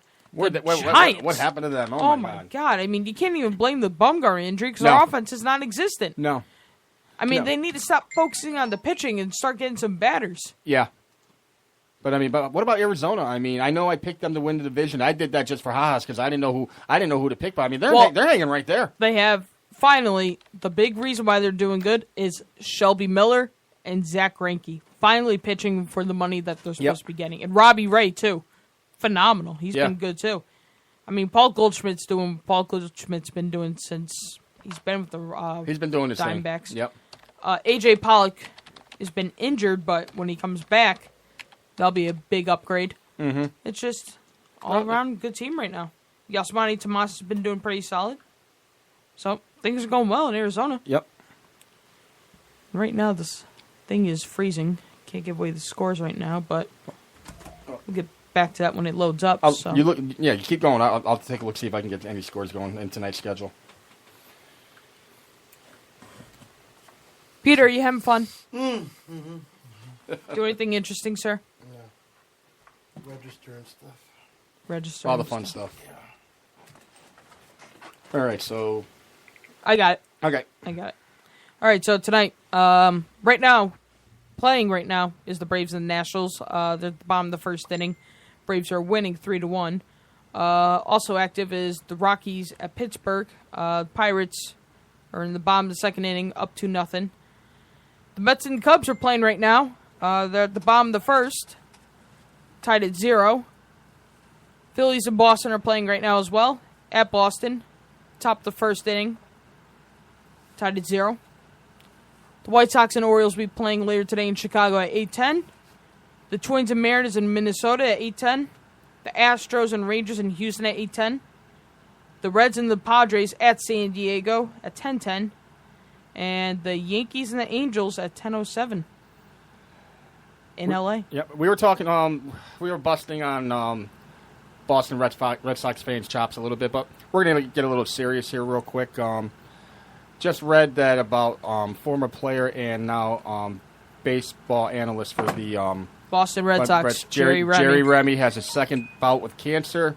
He's going to be going into surgery up in Massachusetts General Hospital. He's going to be having a small portion of his lung removed in 2 weeks. So thoughts and prayers with Jerry Remy, the Red Sox organization, and the Red Sox fans. It's definitely not a story that. Well, it's getting rid of his old story when he made that racist comment towards Tanaka. Well, no, I get it, but you know what? I mean, he was a scrappy ball player for the Red Sox. He was a second baseman back in the 70s, but you don't want to see anybody go through not only just one cancer treatment, but a second one, but now having to have a portion of his lung removed. So, I mean, that's just something you don't like to see. Nope, not at all. So, maybe Nessa and Tyron. Oh, don't. Well, anyway, U.S. Open golf this week, people. Erin Hills Country Club in Wisconsin. The first time the Open has come to Wisconsin. Phil Mickelson has an outside shot of playing. He has not withdrawn yet, and here's the reason why. They have found a window for him to make it to his tee time for the first round, and it's pretty simple. He needs a rain out Thursday, or he needs up to a 4-hour delay, because kudos to the guy. He is putting his family over the only major championship he has never won. He's been runner-up 5 or 6 times. This would be the Phil Slam, but he's putting his daughter's high school graduation over winning the U.S. Open, and which is phenomenal. You know, it takes a hell of a guy to do that. This year's U.S. Open pretty much wide open. The longest course in U.S. Open history. They're talking on the final day of playing it at about 8,000 yards, which is just totally unheard of. And by looking at the course quickly, I've just seen a few pictures of it. It reminds me a lot of the British Open with the links-style golf and everything. They're saying that the long ball hitters are the favorite this week, and obviously at 7,800 yards, you would have to consider that. Dustin Johnson, defending champion. I don't think he defends. He has not been playing well lately. Jordan Spieth, former Open champion. I just don't. I think the length is finally going to get to him. Yes, if he gets the putter going, he will be one of the top ones. I really think Jason Day gets his U.S. Open, and the other one that my dark horse is actually it's pretty mind-boggling. I'm thinking this because he's been playing well all year. He's been on the tour for about 4 or 5 years. He's young, and he's due. It's Hideki Matsuyama. My pick going into it is Dustin Johnson. And if I don't think it's Dustin Johnson, I'm going with Jordan Spieth. Oh, by the way, people, Jordan Spieth is coming to Hartford. Let's talk about that. Along with McIlroy, along with Day, along with Bob. I mean, it's good for Hartford, people. Let me tell you something. Usually, this is the history of the GHO, the Travelers, the Sammy Davis Jr., Cannon Greater Hartford Open, the Buick Open, whatever it's been called. It actually started as the Insurance Open up at Weathersfield Country Club, where Arnold Palmer actually won the event there once. But normally, after the U.S. Open week, all the top dogs, unless they're on the East Coast, take the week off. With Bubba winning here a couple times, you're starting to see more and more players come over here. Why? Because of the FedEx Cup. Because they don't want people. They don't want the person who's like the 145th point standing in the FedEx standings on the PGA Tour. They don't want them winning the event. Why? That's a lot of points that adds up in the playoffs. Because now the PGA Tour has the 4-week playoff where they go with the top 125, the top 100, the top 75, and then from there you go to the top 30 to decide your playoff champion. So you're seeing more and more of the big guns play these smaller tournaments like the Travelers, which, I mean, for us it's not a small tournament. For us, it's our big tournament because, let's face it, it's in Cromwell. Years past, they have drawn up to as many as 400,000 fans when golf was at its highest peak popularity. Then the big names started not coming, so now obviously the attendance was down. I think last year it really, really took a major step forward because you had Bubba, you had Kuchar, and you had Patrick Reed. All three of them. I think Patrick Reed was the third one, but the only one that missed it was Ricky Fowler. They went to the Olympics. So they last year, because of the Olympics, they did a lot of schedule changing, and with the tournament being put the week before the Olympics and everybody flying out to Rio de Janeiro, a lot of the top guns came to Hartford and play, and I think that actually revitalized the tournament. You saw attendance up for the first time in a while, and with all these big names coming in, you could see a lot of record crowds this week. So a lot of exciting times for the PGA Tour here in Connecticut next week.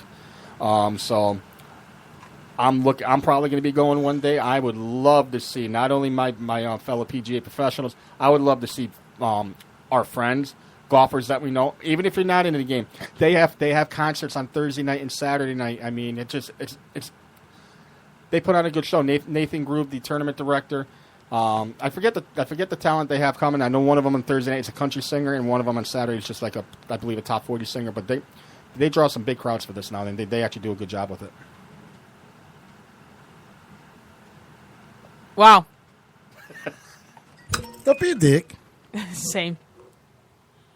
Wait, who are you to tell me after not sitting here talking for the first 40 minutes we came back I'm on not a break? sports guy. Yeah, what kind of guy are you? Yeah, remember when you ask him what he learns nothing.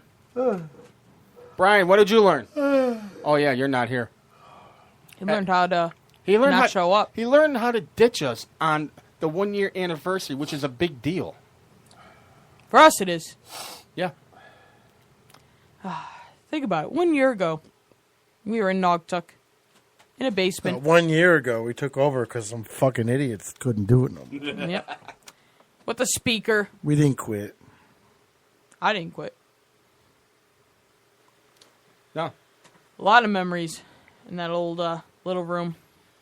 The best one was when Brian, the Sunday before the move out, when Brian leaned over the chair. Who called that asshole and come do the show? No. I don't know. Leaned over the chair, takes out the curtain. Robbie face plants himself on the ground. I thought we were putting him in concussion protocol. I forgot all about that. You've never been drunk, have you? Hilarious. On a show. Who, me? Yeah. On a show? Yeah. No. Brian, every time. We should get drunk one night. Uber. On a Tuesday show, maybe. No. Sports show. I don't know. Why not? I don't know. Oh, you're Try to talk about sport. Michael Jordan yesterday was in Boston. Now you're talking 6 goals. See, I'm surprised Brian hasn't been pinched. I mean, come on, let's face it. He'll chug down 4 in an hour. Who, Brian? Yeah, 4 in the first hour. Run to the bathroom, does whatever he wants in there, and comes back and just... So, Brian, wake up and smell the roses. You're going to get pinched. Or Sheila's going to beat the hell out of you. I'm surprised he still hasn't called in. Shows how much he cares about us. He's if you mad. actually cared about us. I know he's mad. probably listening. He's mad. I called him out. He's mad. He's got to write a report. You could write the report from here during the break and send it. It's a big baby. I had to be at the... This report about Brian D'Angelo is sponsored by Pampers Diapers. I had to be at my job. I never heard of somebody having a job where they make them be there all the time. Do you ever notice he always blames his job? You could talk to this guy about his job with Nocta. Yeah, but you know what? I mean, he always blames his job. It's always his job's fault. It's not his fault. But no, if I had to be there, number one, I'm 2 minutes away. Always his job, his fault. Number the two, job's fault. Yeah, Sorry. yeah.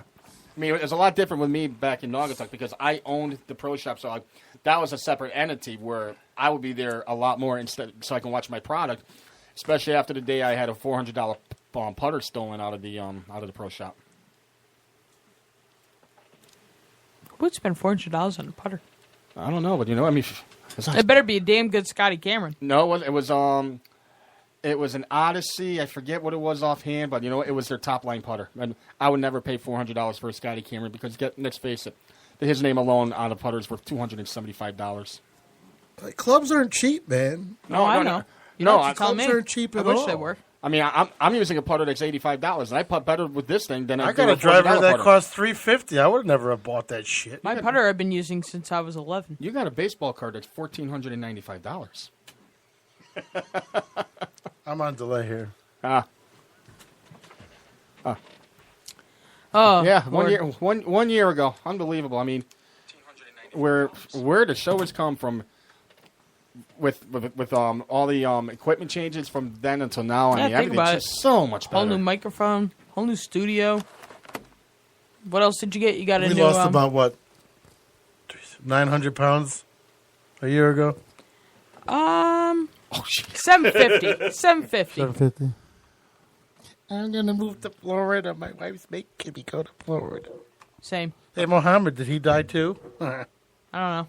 You went with the wrong fucking show there, Mohammed. That guy was a prick. I hope he's listening. Probably. He ain't listening. You would just say his real name because he ain't no No. Screw him. He's probably Be right with you. He's probably Spider-Man-y. I'll never make it out of See, the they all ghetto. thought they were going to leave and have a better show. And remember their comeback was, it's going to be epic. Epic fail. MLB draft going on tonight. Some breaking news real quick. Twins select shortstop Royce Lewis with the first overall pick Fuck tonight. the Twins. They're in first place. Isn't that... No, that's a team Not we for predicted. long. That's a team we predicted. Yeah, Pete, you are right. Probably not for long. It's the end of the year. Well, it's mid-season right now, so. Yeah. Still early, but baseball's always baseball. Yep. Having fun. Yep. I mean, my balls are really itchy right now. I mean, we've seen major comebacks from July. I mean, look at 1978, the Yankees 14.5 back come back and win the World Series. That was the year of comebacks for them. Big, not just in the division. They came back in the one-game playoff. They came back 0-2 in the playoffs of the Royals, and they came back 0-2 from the Dodgers in the World Series. So that was the year of the comeback. There's been very few comebacks. Oh yeah, I forgot to mention to you. Remember how we were talking last week about we don't remember when's the last team that won back-to-back Stanley Cup championships? It was the 1996 and 97 Detroit Red Wings. Yep. But now it is the Penguins. I never thought I would talk this much about hockey ever. I normally hate hockey. Yeah, but I mean, it's the end of the season, so it's like we throw a recap on it. I'm going to be very honest with you. I'm going to be very interested in the offseason with the NHL, especially with the New York Rangers, and I'm going to tell you why. I mean, yes, they've been in the playoffs. Yes, Lundqvist has been solid. He's been pretty good. But the Rangers, you need to go out and get a playmaker who could put the biscuit in the basket. You need to score goals in the playoffs. You haven't been doing that. You've been riding Lundqvist for years and years and years, and the guy is 35. They almost won a Stanley Cup, almost. Yeah, but I mean, 3 games in overtime they lost out of that series. But you're not going to have Lundqvist for much longer. You got to either go out and get the playmaker now, or go get yourself a young goalie who could learn from one of the best in the business. I mean, he is one of the top 10 goalies in the business right now. Obviously, I'm not going to go all time because he hasn't won the big one. But I mean, he's solid. He owns a lot of Rangers goaltending records. Why not have him mentor somebody for 1 to 2 years? Show the youngster how to do it. Let the youngster play a few games. Let Lundqvist goes out on top. But you can't be winning playoff games 2-1 every year. I mean, let's face it. Look at Pittsburgh in Game 5, 6-0. Last night was 2-0. That in a clinching game, you know that's 9 times out of 10 it's going to be close. But in the playoffs, you got to be scoring in hockey. You got to be scoring at least 3 to 4 goals on a consistent basis. I mean, sometimes you're going to jack it up to 7, 8, and 9. Some games are going to be a 2-1, 1-0, whatever. It all balances out. But if you're not averaging at least 3 to 4 goals in a game per team, you're not going to win a Stanley Cup no more. It would be nice if they could somehow get Patrick Kane, but it wouldn't happen because Chicago wouldn't give him up. Patrick Kane, to me, may be the second best hockey player in the NHL, behind Sidney Crosby. Kane's good. Kane is pretty good. I mean, now the other thing I'm interested. Now, one thing I'm interested in: will Jaromir Jagr retired this year? That guy's old, and he's still one of the best hockey players right now in the NHL. What is he, like 47? It's crazy. It's crazy how people in hockey can play till they're like 50. You're live on PPRN. What's up, boys? Hey, Matt, what's going on? What's up? How we doing? Good. Well, how are your Red Sox doing? Dude, I'm not going to lie. Couldn't care less. How's your golf game? It's such a boring game. Golf game's good. Yeah, how was Florida? 200 today. Not bad. Florida's good. Florida was fun. Play any tournaments or anything while you were down there?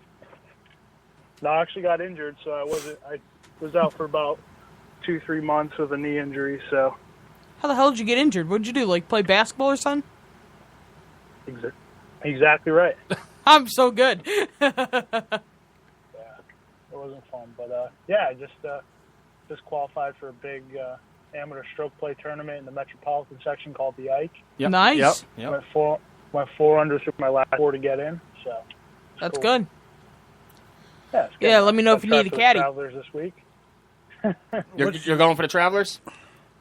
Yeah, I got the pre-qualified Thursday, and then hopefully up at Ellington Ridge, right? Yeah, I haven't played there before. I'm going to play it. Piece of advice: if it comes to hitting it 3 feet by the hole and having a downhill putt or chipping up into the green, take the chip up because those greens are faster than Ridgewood, and I'm sure you've played Ridgewood before. No, I haven't. All right, Waterbury. Yeah, Waterbury. They're fast. They're fast. They're faster than Waterbury, and I'm going to tell you right now, they're going to put every pin on every crown. Maybe I don't know about the probably the Open on Monday. Both. We'll see. Trust me, they're going to do it. Well, hopefully they do. I'm telling you, they're going to. I mean, from the tips, you're looking at a 7,000-yard course. The 18th hole is a 475-yard par 4. By these two guys play with their breastises. It's 475-yard par 4 that is straight uphill. Matt, what are you looking to do? Become professional with this? What's up? What are you looking to do? Become professional with this golfing? Yeah, I'd probably turn pro at the end of this year. Take Really? advantage of my full amateur status. When did you decide to do that? 2 years ago, last year. Right now, is that why you moved to Florida? Yeah. Now, what are you looking to do? You're looking to do the tour. You're looking to do what I'm doing. I mean, what's your thoughts on it? Okay. Where are you living in I'm gonna Florida? Try to go to Q school for some, either web.com or depending on money, PGA Tour Canada. Probably this coming, winter and spring. Gonna try for one of the reach out PGA to Tour sister tours. Where are you living in Florida?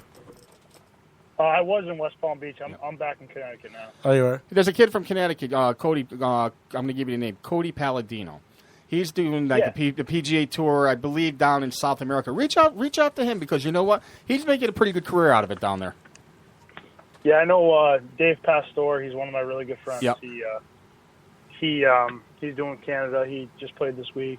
He won last year. He's a stud. He has web.com status, so he's a stud. We should come to me with Glastonbury. Let's go to Glastonbury and visit this knucklehead over here and play the chalk. Let me tell you something. This guy, the way he hits the ball at the chalk, he would shoot like 27. And I hit even further now. No, I'm talking score. You'd shoot the par is 35. You would shoot 27. You'd probably drive the first hole. I know you'd drive the second hole. The third hole is a par 5. You'd hit driver wedge. Fourth hole, you'd probably take it over to 7th green, snap hook the hell out of it, and put it on the green there. I did 220 at the first hole. But no, this guy this kills kid hits 300, and that's with his 3-wood, not even his driver.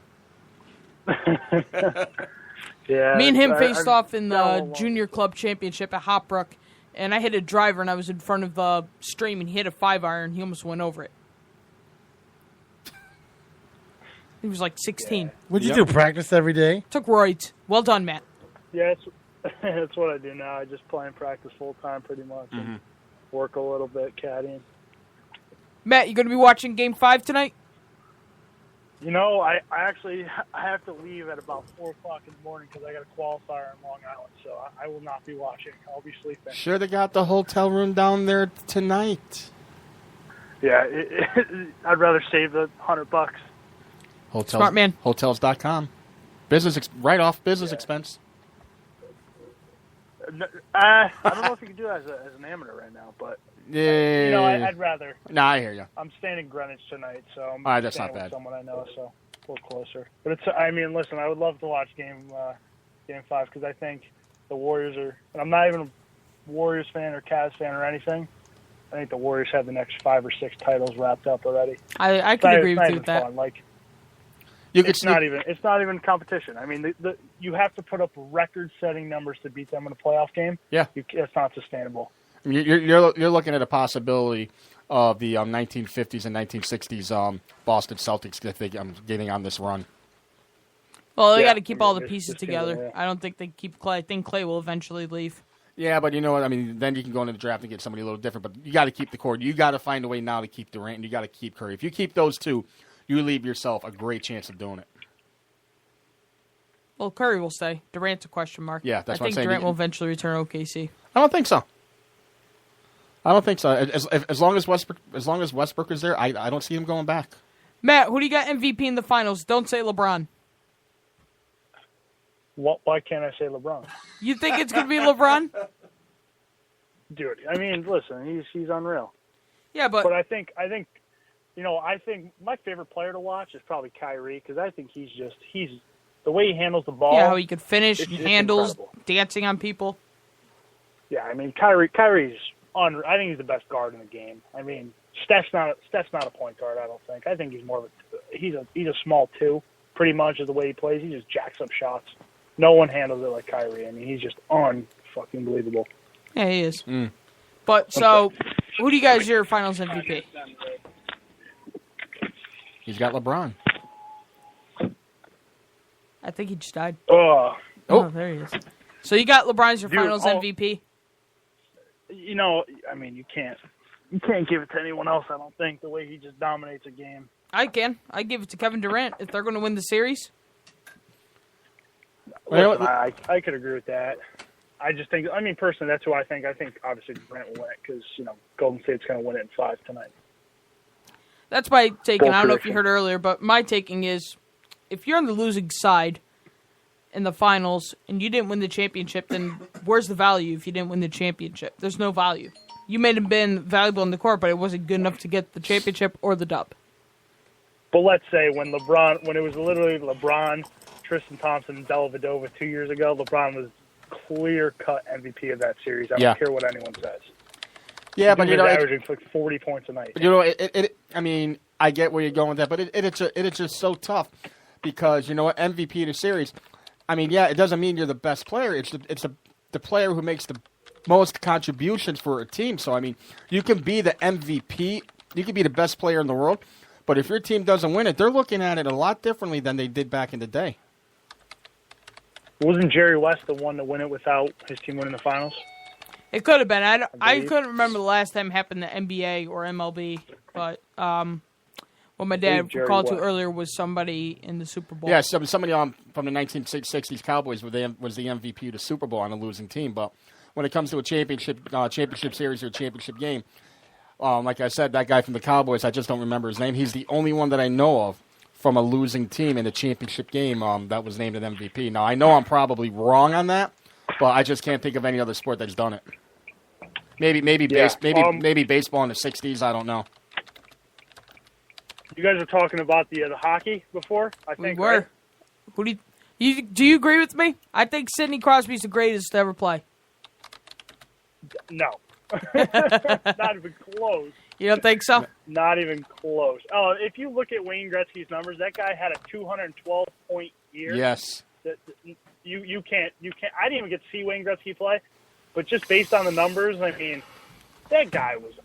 Yeah, the numbers are great, but what my argument is the difference in goalies from then to now, because the padding now takes up so much space in the goal net that it's very, very hard to get it into net, whereas back then, it was thinner padding, more open space, easier to score goals. Yeah, but I mean, but the other thing too, I mean, the goal may be a little bit bigger back in the day compared to now. But you know what?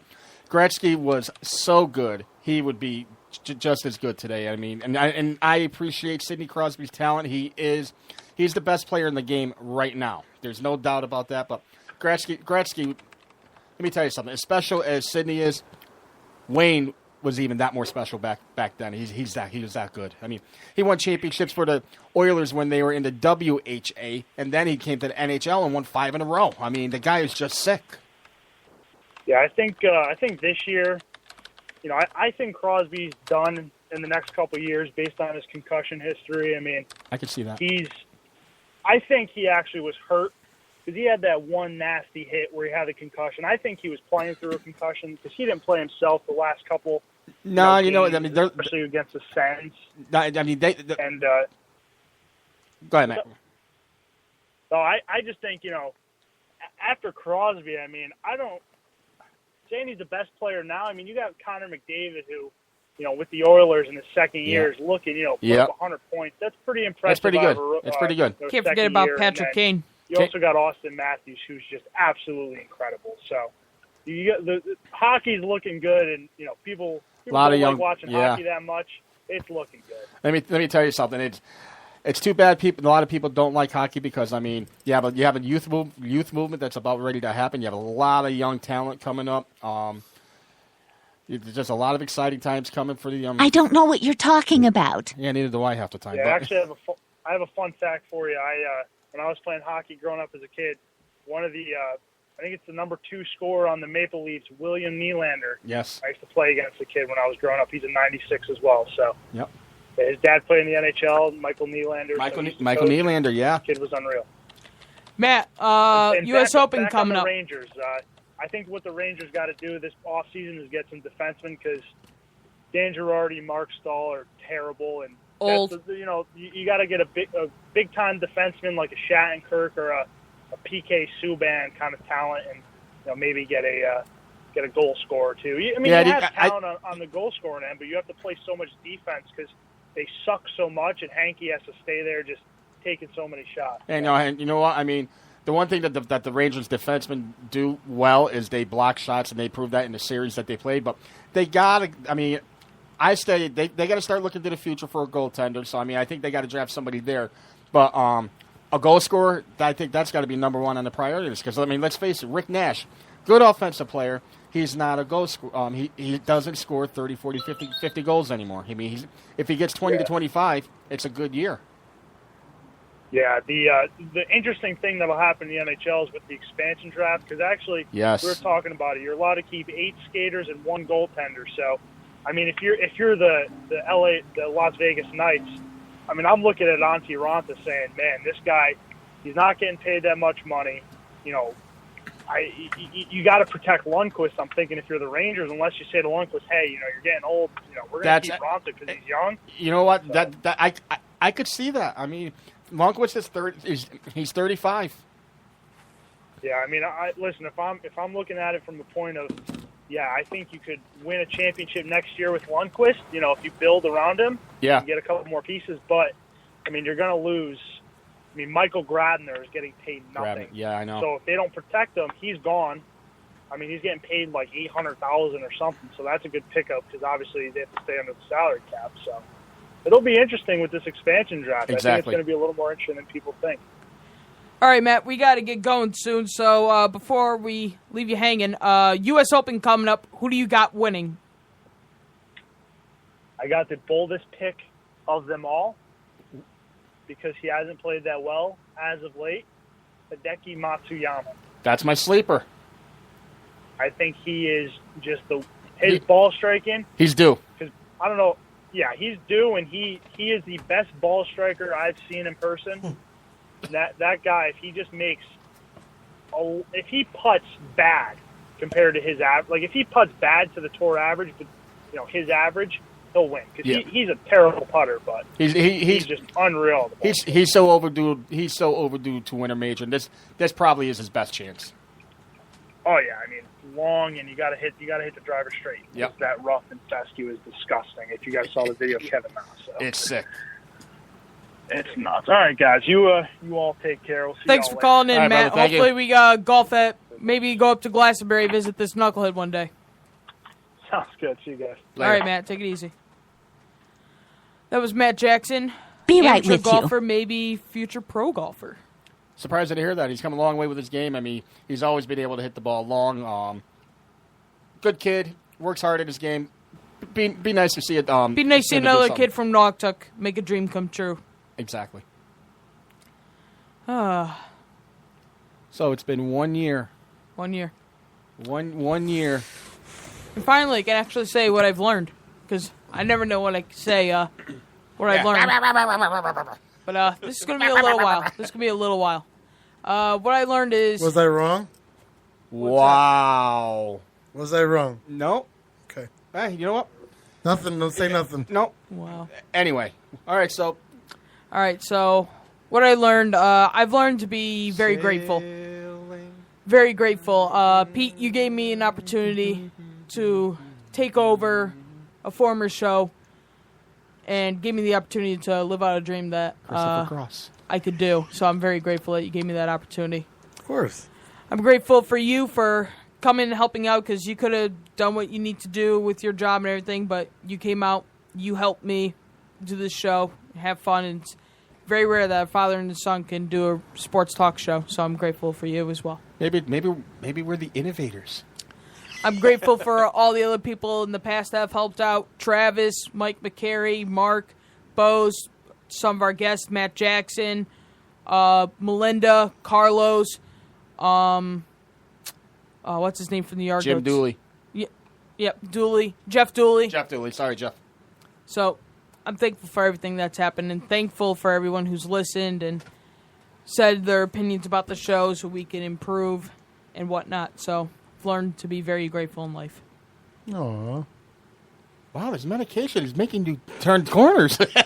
Same. Okay, Father's Day. First thing I learned is I'm exhausted. I'm exhausted. Teaching out in the sun today for 3 hours and battling traffic. I'm like mentally drained. But it took me a while to make a commitment to this show because of everything else of what was going on at this time last year with the unfortunate situation between me and my ex-fiance. And it took a toll on me, but I couldn't be any prouder of you taking over this show. I'm going to be honest. I had my doubts on how the show was going to go. I didn't know what was going to happen. You've worked at it. You keep working at it. You're following your dream. And as a father, I can never be as much prouder of a son. You're a week behind on the blog too, by the way. Than I am with you. But keep it going. I mean, this is a big week for me personally. I'm choked up over this. I mean, this. I mean, I've never been prouder of him. Never been prouder of my son. Now I get to go through it Wednesday night again because my daughter graduates Naugatuck High. Ooh. I learned I'm getting old. Same. Baby penis. No. That said, to Stephanie, I'm very proud of you as well. I'm going to be the first one to say congratulations on your your graduation from high school.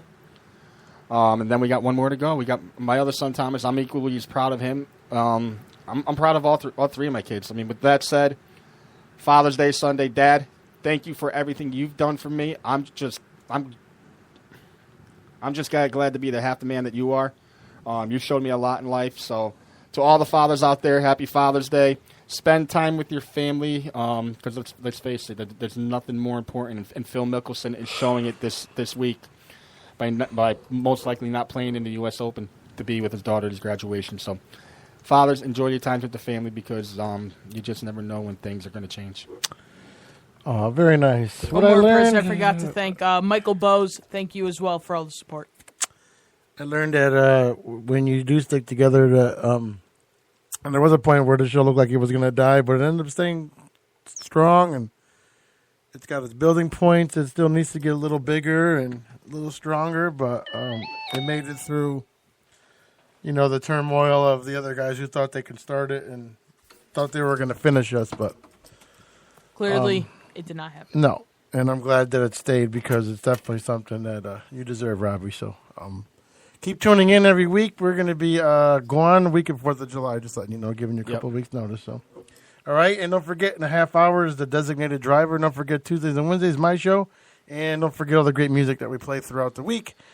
And we will see you next Monday, guys. As we say in every show. I was going to say, everybody, don't forget, not this coming Saturday, but the following Saturday, this guy over here with his mixtape live in Bridgeport, go check it out. It is. I watched it. I watched the video on it, Pete. Phenomenal. Brings back a lot of great memories. Keep up the good work with that. Thank you. Well, we'll see you guys. I'm glad you guys are part of the crew, too. So we'll see you guys next week. As we say in every show, everybody stay back, y'all. Good night. We'll see you next week. Good night, everybody.